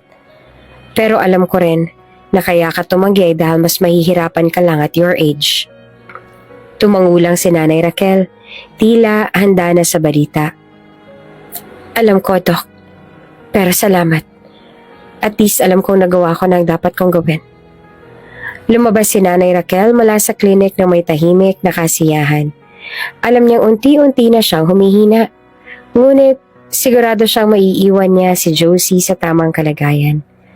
Habang nag-iisa naman sa kanyang kwarto, isang gabi napaisip si Nanay Raquel tungkol sa kanyang buhay. Tumingin siya sa litrato ni Tatay Efren sa bedside table. Efren, alam kong hinihintay mo na ako. Pero sa ngayon, kailangan ko munang tapusin ang mission ko rito. Sana proud ka sa akin. Habang iniisip niya si Tatay Efren, pumatak ang luha sa kanyang mga mata. Gusto niyang sabihin kay Josie ang lahat, ngunit ayaw niyang bigyan ito ng dagdag na alalahanin. Kinabukasan, nagpa siya si Nanay Raquel na magdaos ng simpleng merienda kasama si Josie. Nagluto naman si Josie ng paborito nitong champorado tuyo at magkasama nilang tinapos ang hapon sa kwentuhan at tawa. Habang nagkakwentuhan, biglang hinawakan ni Nanay Raquel ang kamay ni Josie. Josie, salamat ha. Salamat sa lahat ng ginawa mo para sa akin. Nay, ako nga po dapat magpasalamat sa inyo. Hindi ko po akalain na may taong tatanggap sa akin ng buo katulad ninyo. Sagot ni Josie habang nakatingin ng direkta kay Nanay Raquel. Swerte ako at inalagaan mo ako, Josie. Hay, sana lang talaga makahanap ka rin na mag-aalaga naman sa'yo at makilala ko sana bago ko makasama si Efren sa langit. Si Nanay naman kung ano-anong sinasabi. Huwag po kayong ganyan. Matagal-tagal pa po tayong magsasama. Nakangiting sabit ni Josie. Ngunit sa kabila ng kanilang masayang sandali, may bigat sa puso ni Nanay Raquel. Alam niyang darating ang panahon na mawawala na siya. Ngunit umaasa siyang maiiwan niya si Josie ng mas matibay at masanda sa buhay. Sa gabing yon, habang nakahiga, muling tumingin si Nanay Raquel sa litrato ni Tatay Efren. Handa na ako sumama sa iyo, Efren. Kaunti na lang. Hindi niya alam kung kailan darating ang oras na yon. Ngunit sigurado siyang maiiwan niya na si Josie na puno ng pagmamahal at alaala ng isang pamilyang tunay na nagmamalasakit. Habang nakaupo sa kanyang rocking chair, isang tahimik na gabi, si Nanay Raquel ay tuluyang nagbalik tanaw sa kanyang nakalipas. Sa mga kwento ng pagmamahalan, pagkakaibigan, at sakripisyo na hindi kailanman nalaman ng mga anak ni Tatay Efren. Dalaga pa lamang si Raquel nang makilala niya si Efren sa isang town fiesta sa kanilang probinsya. Si Efren na masayahin at palabirong binata ay agad na nahulog sa masipag at magiliw na si Raquel. Naging magkaibigan sila, palaging magkasama at laging nagkakwentuhan tungkol sa kanilang mga pangarap sa buhay. Ngunit, sa kabila ng damdaming unti-unting lumalalim, pinili ni Raquel na ilayo ang sarili kay Efren. Gusto niyang bigyan ng focus ang kanyang pag-aaral at negosyo. Isang maliit na tindahan na pangarap niyang palaguin upang maiangat ang kanilang pamilya. Efren, ang puso ko ay nasa pamilya ko muna. Ayokong pilitin ang sarili kong magmahal kung hindi ko kayang magbigay ng buo. Ang sabi ni Raquel noong huling pag-uusap nila bilang magkasintahan. Bagamat masakit, iginalang ni Efren ang desisyon ni Raquel. Nagpatuloy siya sa kanyang buhay at kalaunan ay nakilala ang babaeng magiging ina ng kanyang mga anak. Hindi naasahan na nag-cross ang landas ni Raquel at ang magiging asawa ni Efren, si Estela, sa isang women's group sa bayan. Mabilis silang naging magkaibigan dahil sa kanilang parehong hilig sa negosyo at charity work. Lingid sa kaalaman ni Estela, si Raquel ang unang minahal ni Efren. At lingid sa kaalaman ni Raquel, si Estela pala ang babaeng pinili ni Efren na maging katuwang niya sa buhay. Sa kabila ng pagkakaibigan nila, dumating ang isang matinding pagsubok. Nagkasakit si Estela sa kidney at nangailangan ng transplant. Sa kabila ng kanyang tahimik na damdamin para kay Efren, si Raquel ang nagkusang magbigay ng isa sa kanyang kidney upang mailigtas si Estela. Kaibigan kita, Estela. Ayoko mawala ka sa mga anak mo, sabi ni Raquel habang nakahiga sa hospital bed matapos ang operasyon. Ilang taon pagkatapos ng operasyon, muling bumalik ang sakit ni Estela. Sa pagkakataong to, hindi na kaya sagapin ang kanyang buhay. Sa huling mga araw ni Estela, tinawag niya si Efren at nagpaalam ng maayos. Efren? Mahina niyang sabi hawang-hawak ang kamay ng asawa.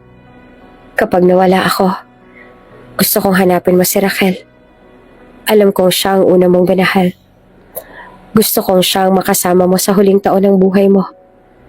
Bagamat labag sa kalooban ni Efren na pag-usapan ng posibilidad ng pagkawala ni Estela, iginalang niya ang huling hiling ng asawa. Makaraan ng ilang taon, nagkitang muli sina Efren at Raquel sa isang business seminar. Matagal silang nag-usap. Muling binuksan ang mga alaala ng nakaraan at unti-unti nagpatuloy kung saan sila tumigil noon. Sa kabila ng kanilang edad, pinili nilang subukan ang pagmamahala nila. Sa pagkakataong to bilang dalawang tao na mas matanda, mas matalino at mas handang mahalin ang isa't isa. Sa tulong ni Raquel, muling lumago ang negosyo ni Efren. Mas lumawak ito kesa noon at nagkaroon siya ng bagong sigla sa kanyang huling mga taon. Ngunit ang pagmamahala nila ay hindi naging madali. Hindi matanggap ng mga anak ni Efren si Raquel na iniisip nilang inagaw nito ang ama mula sa kanilang ina. Hindi nila alam ang kwento at ang sakripisyo at pagkakaibigan sa pagitan ng dalawang babae sa buhay ni Efren. Bumalik ang alaala ni Raquel habang nakatingin siya sa larawan ni Efren sa ibabaw ng mesa. Sa kabila ng kanyang mga pagsisikap, hindi niya lubos na napalapit sa mga anak ni Efren. Ngunit hindi niya ito kinimkim sa kanyang puso. Siguro Efren, kaya sila nagkakaganyan ay dahil hindi nila ako lubos na kilala. Siguro nangungulila lang sila sa kanilang ina. Mahina niyang sabi habang pinapahid ang luha sa pisngi. Alam niyang darating din ang araw na malalaman ng mga anak ni Efren ang katotohanan. Ngunit sa ngayon, ang mahalaga ay ang maiwan niya si Josie na ligtas at maayos ang buhay. Noong gabing yon, nagsimulang magsulat si Raquel ng liham para sa kanyang mga anak-anakan. Mahal kong mga anak, hindi ko alam kung mababasa ninyo ito sa tamang oras, pero nais kong malaman ninyo ang tunay na kwento. Hindi ako narito upang agawin ng inyong ama. Minahal ko si Efren bago pa man siya naging asawa ng iyong ina. Ngunit mas minahal ko siya nung ipinakita niya kung gaano niya kayo kamahal. Habang sumusulat ay tumutulong luha ni Raquel. Alam niyang maaaring hindi nila agad tanggapin ang kanyang mga salita.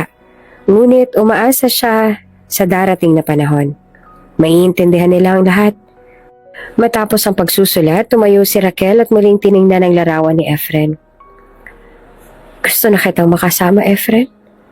Pero kaunti na lang. Tapos na ang misyon ko. Bigla niyang naramdaman ng tila presensya ng kanyang mahal. Isang faint na imahe ni Efren ang nakita niya sa may bintana. Nakangiti sa kanya. Efren, tawag niya. Ngunit nang ilapit niya ang kanyang kamay na wala ang imahe. Napangiti si Raquel.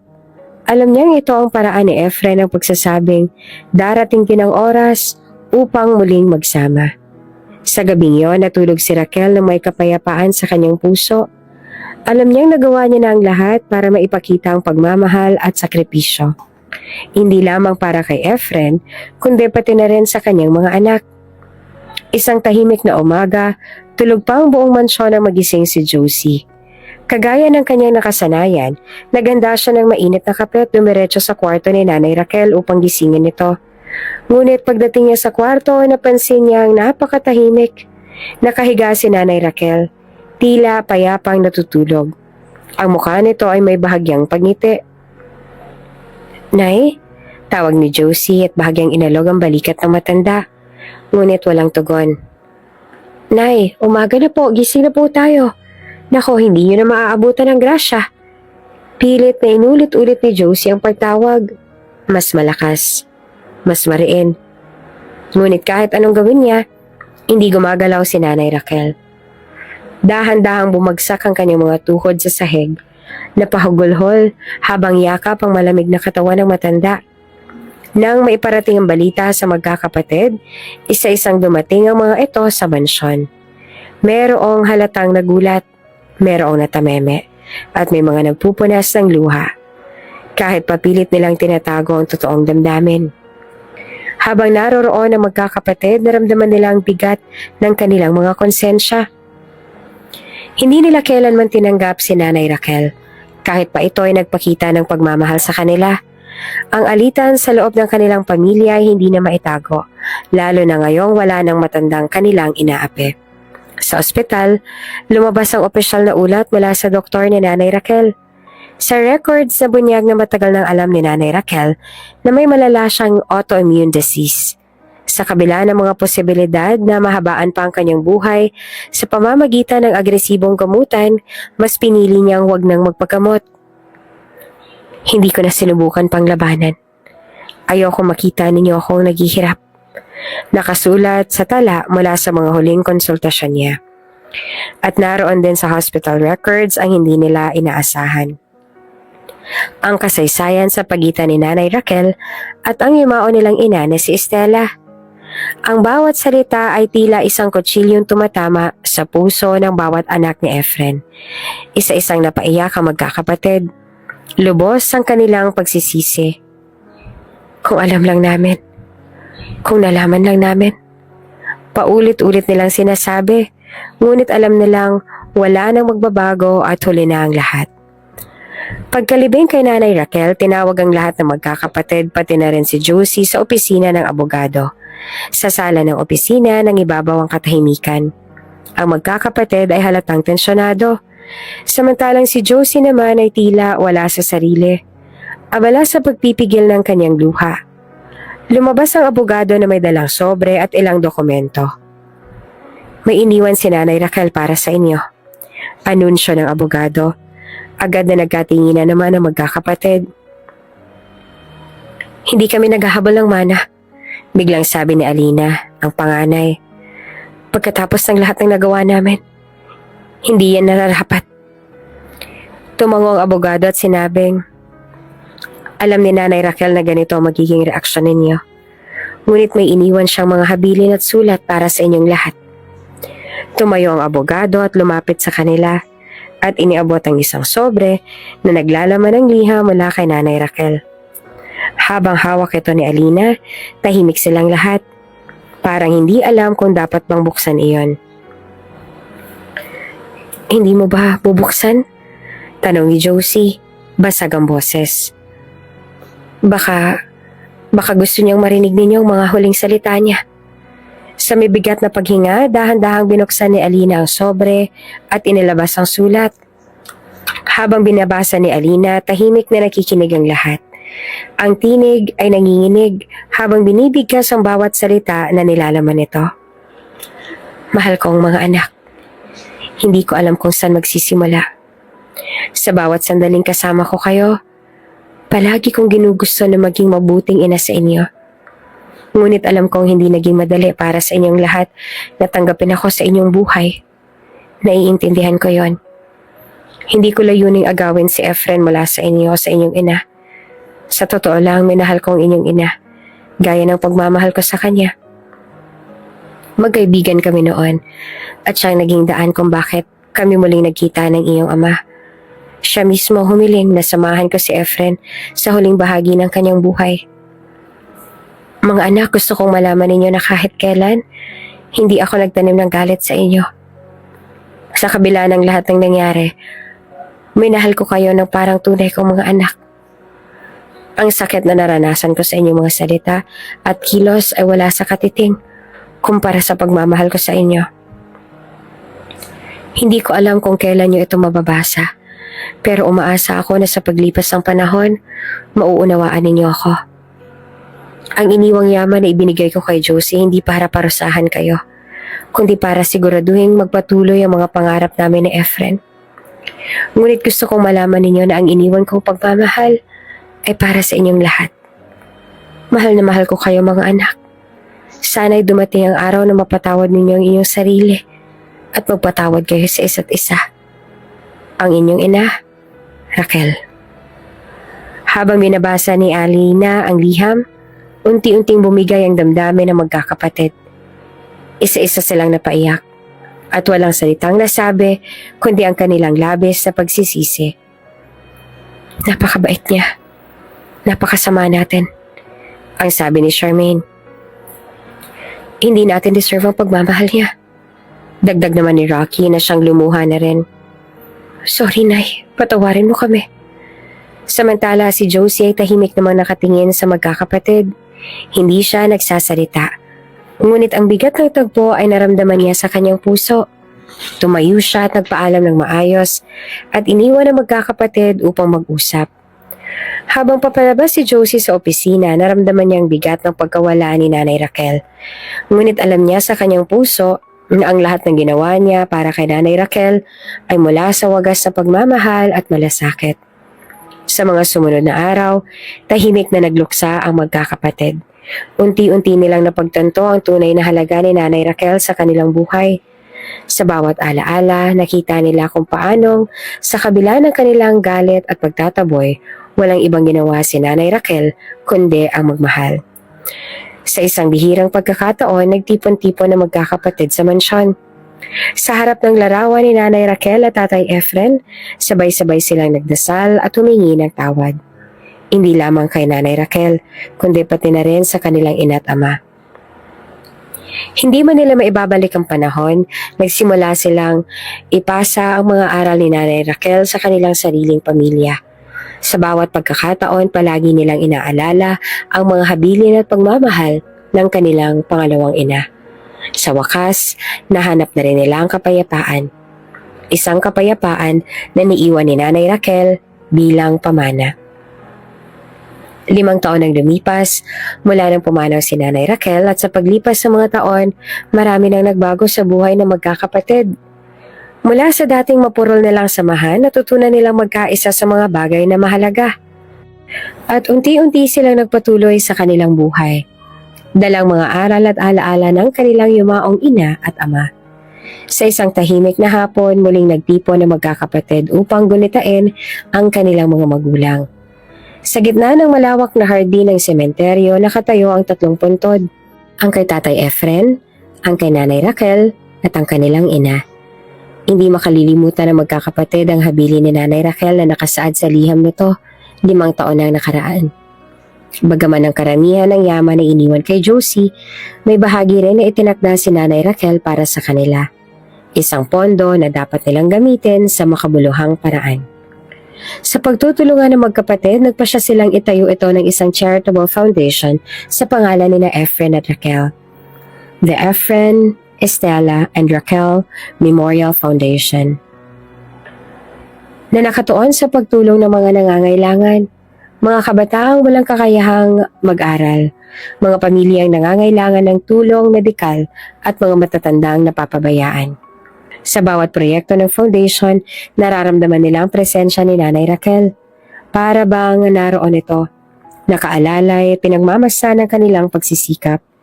Ito na ang naging misyon ng magkakapatid. Isang paraan ng kanilang pagtubos at paggalang sa alaala ng kanilang pangalawang ina. Habang naglalakad sa sementeryo, isa-isa silang tumigil sa puntod ng kanilang ina. "Nay, nandito kami ulit," sabi ni Alina habang inilalapag ang puting bulaklak sa puntod. "Sensya na kung medyo matagal bago kami nakadalaw. Alam naman naming magkasama na kayo ngayon ni na Mom at Dad." Napabuntong hininga si Rocky.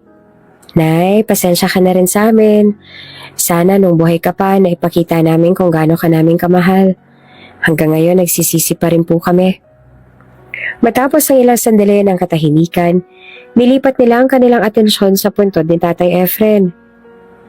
"Mom, Dad, maraming salamat sa lahat," ani Charmaine ang bunso.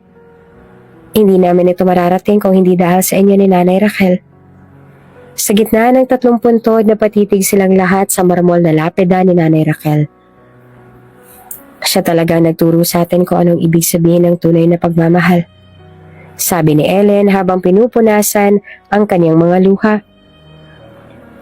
"Hindi ko akalain na kaya niya tayong mahalin ng ganito, kahit gaano kalaki ang mga kasalanan natin sa kanya," dagdag pa ni Victor.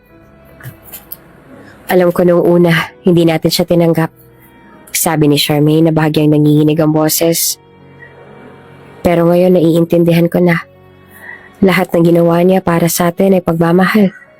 Kahit noong hindi pa natin siya kayang mahalin papalik." "Tama na," sabi ni Alina pilit na ngumiti. "Hindi na rin niya gugustuhin magtalo pa tayo. Ang importante, natutunan natin ang mga aral niya." Habang nakatayo sa harap ng puntod ni Nanay Raquel, binalikan nila ang mga alaala ng kanilang mga magulang. Sa kabila ng kanilang mga pagkakamali, ramdam nilang napatawad sila. Sa kanilang puso, alam nilang pagmamahal ni Nanay Raquel ay walang hangganan. Naglakad si Alina papunta sa isang maliit na kahon na dala nila. Binuksan iyon at inilabas ang isang maliit na larawan. Larawan iyon ng kanilang pamilya kasama si Nanay Raquel. Isang litrato mula sa huling selebrasyon ng Pasko na magkasama silang lahat. Inilagay niya ito sa tabi ng puntod ni Nanay Raquel. Kayo pa rin ang pamilya namin, Nay. Bulong ni Ellen, at palagi kayo nasa puso namin. Hindi nagtagal ay dumating si Josie sa sementeryo. Nakita niyang magkakapatid na nakatayo sa harap ng puntod ng kanilang ina, ama, at Nanay Raquel. Bagaman nahihiya pa rin ang magkakapatid sa kanya dahil sa mga nangyari noong araw, sinalubong siya ni Alina ng isang yakap. Josie, salamat, sabi ni Alina na puno ng sinseridad ang boses. Salamat sa pagmamahal mo kay Nanay Raquel. Tumango si Josie, pilit na umingiti kahit punong-puno ng lungkot ang kanyang puso. Ang mahalaga, lahat tayo ay natutong mahalin siya. Bago sila umalis sa sementeryo, sabay-sabay silang nagdasal para sa kanilang mga magulang. Sa kanilang panalangin, humiling sila ng kapatawaran at kapayapaan at ang lakas upang ituloy ang mga pangarap ni Nanay Raquel. Habang papalayo sila, naramdaman nila na parang nakatingin mula sa langit sina Tatay Efren at Nanay Raquel. Pinagmamasdan sila at masayang-masaya sa pagbabago ng kanilang mga anak. At sa ilalim ng liwanag ng araw, nagpatuloy sila sa kanilang buhay. Dalang pagmamahal at aral na iniwan ni na Efren at Raquel. 5 taon din matapos ang pagpanaw ni Nanay Raquel ay tuluyang nagbago ang buhay ni Josie. Kung noon ay isa siyang yaya na tahimik na naglilingkod at nagmamalasakit sa isang pamilya na hindi siya lubos na tinatanggap. Ngayon ay isa na siyang matagumpay at mapagkakatiwalaang tagapagmana ng yaman na iniwan ni Nanay Raquel. Sa tulong ng yaman na iniwan sa kanya ni Nanay Raquel, nagtayo si Josie ng negosyo na may layuning tumulong sa mga nangangailangan, lalo na ang mga tulad niyang minsan naging kasambahay. Ang negosyo hindi lamang lumago kundi naging isang inspirasyon sa marami. Nagbukas siya ng isang chain ng community restaurants na nag-aalok ng abot-kayang pagkain para sa mahihirap at nagbibigay din ng trabaho sa mga kabataan at single mothers. Pinangalanan niya itong Raquel's Table bilang pagbubugay sa kanyang mahal na Nanay Raquel. Sa bawat bukas ng pinto ng kanyang mga kainan, nakikita niyang pagmamahal ni Nanay Raquel na parang sinasalamin ng mga masayang mukha ng mga tao. Dahil sa kanyang mga proyekto, kinalala si Josie ng iba't ibang organisasyon.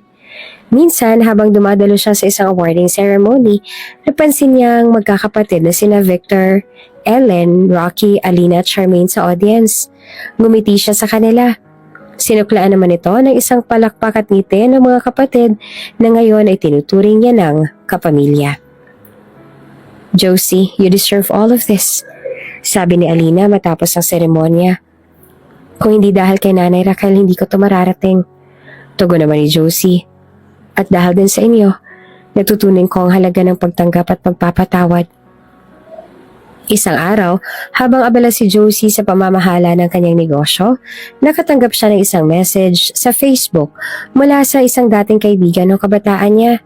Ang message ay mula kay Marco, ang matalik niyang kaibigan nung sila'y nag-aaral pa lamang. Josie, maaari ba tayo magkita? May isang bagay sana akong gustong sabihin sa'yo. Bagaman nagdadalawang isip, nagpasya siyang pumunta. Sa isang maliit na cafe sa Maynila, muling nag-cruise ang kanilang mga landas. Si Marco, na ngayon ay isang arkitekto na, ay hindi itinago ang kanyang pagkatuwa nang makita si Josie. Ang tagal nating hindi nagkita, sabi ni Marco, sabay abot ng kamay ni Josie. Oo nga, sagot naman ni Josie na nakangiti. Ang dami nang nangyari sa buhay ko. Habang nagkukwentuhan, napansin ni Josie na may kakaibang ningning sa mga mata ni Marco. Isang damdaming tila matagal nang inilihim. Hindi nagtagal, inamin na nga ni Marco ang matagal niya nang nararamdaman. Josie, mahal kita noon pa man. Pero alam ko may mga pangarap kang dapat tuparin. kaya hindi ko iyon sinabi. Pag-amin niya. Napatitig si Josie kay Marco at sa kanyang puso, nararamdaman niyang kasimplihan ng sandali. Isang sandali na matagal niya nang hinihintay na hindi niya namamalayan. Mula noon, naging madalas ng pagkikita ni na Josie at Marco. Sa bawat araw na magkasama sila, unti-unting natutunan ni Josie na bigyan ng sarili ng pagkakataong lumigaya. Sa tulong ni Marco, natutunan niya rin na magpahinga, mag-enjoy sa buhay at magtiwalang muli. Isang taon pagkatapos ng kanilang muling pagkikita, nag-propose si Marco kay Josie sa isang charity event na inorganisa ni Josie para sa Raquel's Table. Sa harap ng maraming tao, lumuhod si Marco at sinabi ang pinaka-nakakakilig na linyahang narinig ni Josie sa tanang buhay niya. Josie, ikaw ang inspirasyon ko sa lahat ng bagay. Ikaw ang dahilan kung bakit gusto kong gumawa ng mabuti sa mundo. Will you marry me? Hindi napigilan ni Josie ang kanyang mga luha. Tumango siya at niyakap si Marco ng mahigpit. Habang pumapalakpak ang lahat ng tao sa paligid nila, nagkaroon sila ng isang simple ngunit makabuluhang kasal. Sa gitna ng hardin na puno ng bulaklak, kinasal sila sa harap ng kanilang malalapit na kaibigan, pamilya at mga taong mahahalaga sa kanila. Sa araw ng kasal, tumayo si Alina bilang isa sa mga abay ni Josie. Kasama sina Ellen at Charmaine, habang sina Rocky at Victor naman ay nasa audience. Kasama rin ang kanika nilang mga pamilya. Habang pinapanood nila si Josie na naglalakad patungo sa altar, naramdaman nila ang tunay na kahulugan ng pamilya. Isang koneksyon na hindi batay sa dugo, kundi sa pagmamahal, sakripisyo at malasakit. Josie, kung nasan man si Nanay Raquel ngayon, sigurado ako masaya siya para sa'yo. Bulong ni Charmaine. Sa pagkatapos ng seremonya, napatingala si Josie sa langit. Para bang nakatingin siya sa isang taong mahalaga sa kanya. Salamat, Nay. Bulong niya. Dahil sa'yo, natutunan kong magmahal at tanggapin ang pagmamahal. Sa mga sumunod na taon, nananatiling masaya si Josie kasama si Marco, habang ipinagpapatuloy ang misyon ni Nanay Raquel na tumutulong sa kapwa. Sa bawat takbang nila sa buhay, dala-dala nila ang aral ng pagmamahal, pagpapatawad at pagbibigay ng pangalawang pagkakataon. At sa wakas, natagpuan ni Josie ang kanyang masayang wakas, isang buhay na puno ng pagmamahal, pamilya at layunin. Ilang taon na makalipas ang kasal ni Josie at Marco, ang mundo ay naging mas maliwanag na lugar para sa mga taong nakapaligid sa kanila. Hindi lamang nagtagumpay ang kanilang negosyo at mga proyekto, kundi pati ang pagmamahal at pagpapatawad na itinuro ni Nanay Raquel, nagpatuloy sa mga henerasyon ng kanilang pamilya. Sa bayan kung saan unang itinayo ni Josie ang Raquel's Table, ang komunidad ay mas naging malapit. Ang mga dating hindi magkakakilala ay naging magkakaibigan. Salamat sa mga libreng workshop at community events na isinulong ni Josie. Nagkaroon ng annual Raquel's Day kung saan ang mga tao ay nagtitipon-tipon upang magbahagi ng mga kwento ng pagmamahalan at kabutihan. Pinamumunuan ito ni Josie at Marco, kasama magkakapatid na sina Victor, Ellen, Rocky, Alina at Charmaine na ngayon naganap na ring bahagi ng pamilya ni Josie. Hindi ko akalaing mararamdaman ko ulit ang ganitong kasiyahan, sabi ni Charmaine habang nagliligpit ng mga upuan matapos ang isang event. Josie, salamat dahil tinanggap mo pa rin kami. Hindi ko naman kayang talikuran ng pamilya ni Nanay Raquel dahil pamilya ko na rin siya. Sagot naman ni Josie na may ngiti. Lahat tayo nagkakamali. Ang mahalaga, natututo tayo. At saka sigurado akong ito rin ang gusto niya. Sa tahanan ni na Josie at Marco, hindi lamang naririnig ang tawanan ng kanilang mga anak, kundi pati na rin ang kwento ni Nanay Raquel na itinuro ni Josie sa kanila.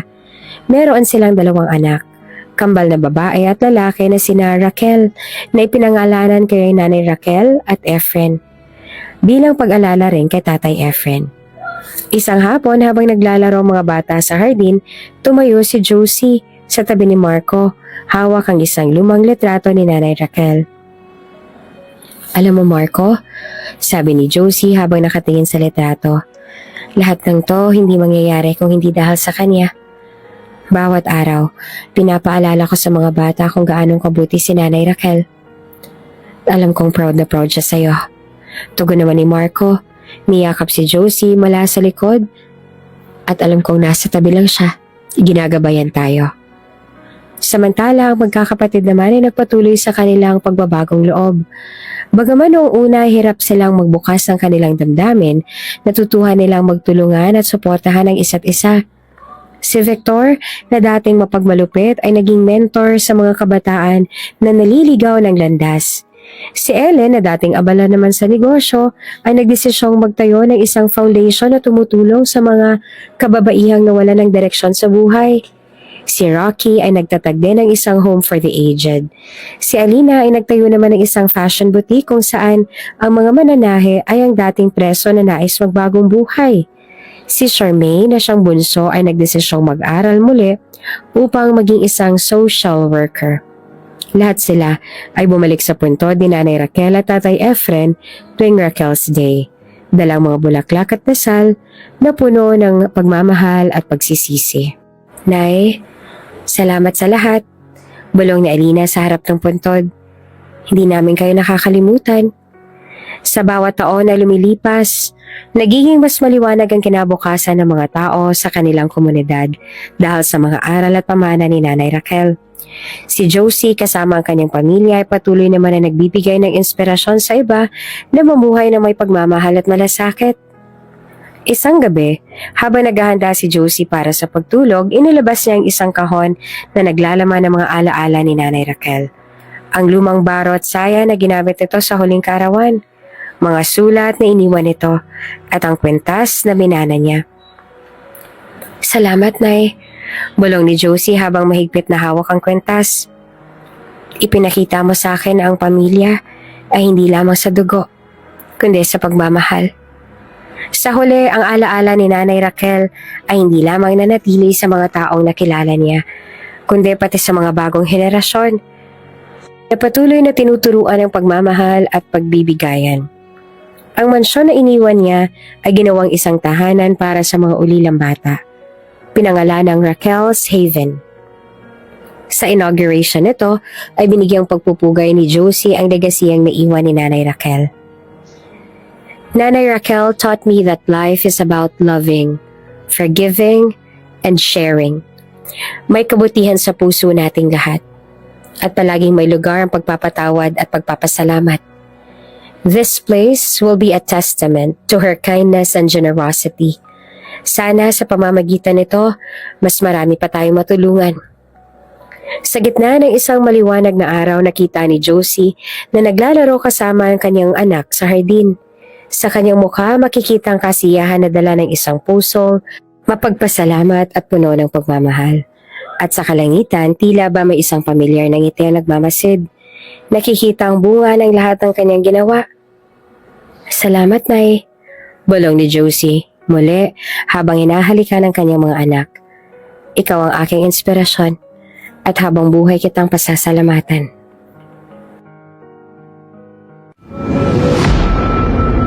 Kung bago ka pa lang sa channel na ito, Ate Jane TV, huwag kalimutang pindutin ang notification bell and subscribe button. Sana po hindi naman malaking abala sa inyo ang pagpindot ng subscribe button dahil ang kapalit po nito ay ang pagsuporta para makapag-produce ng mga libreng stories sa mga channels ni Ate Jane. Maraming salamat! Sekreto nilang nilagyan ng laso ng birthday cake ng nanay. Pero wala silang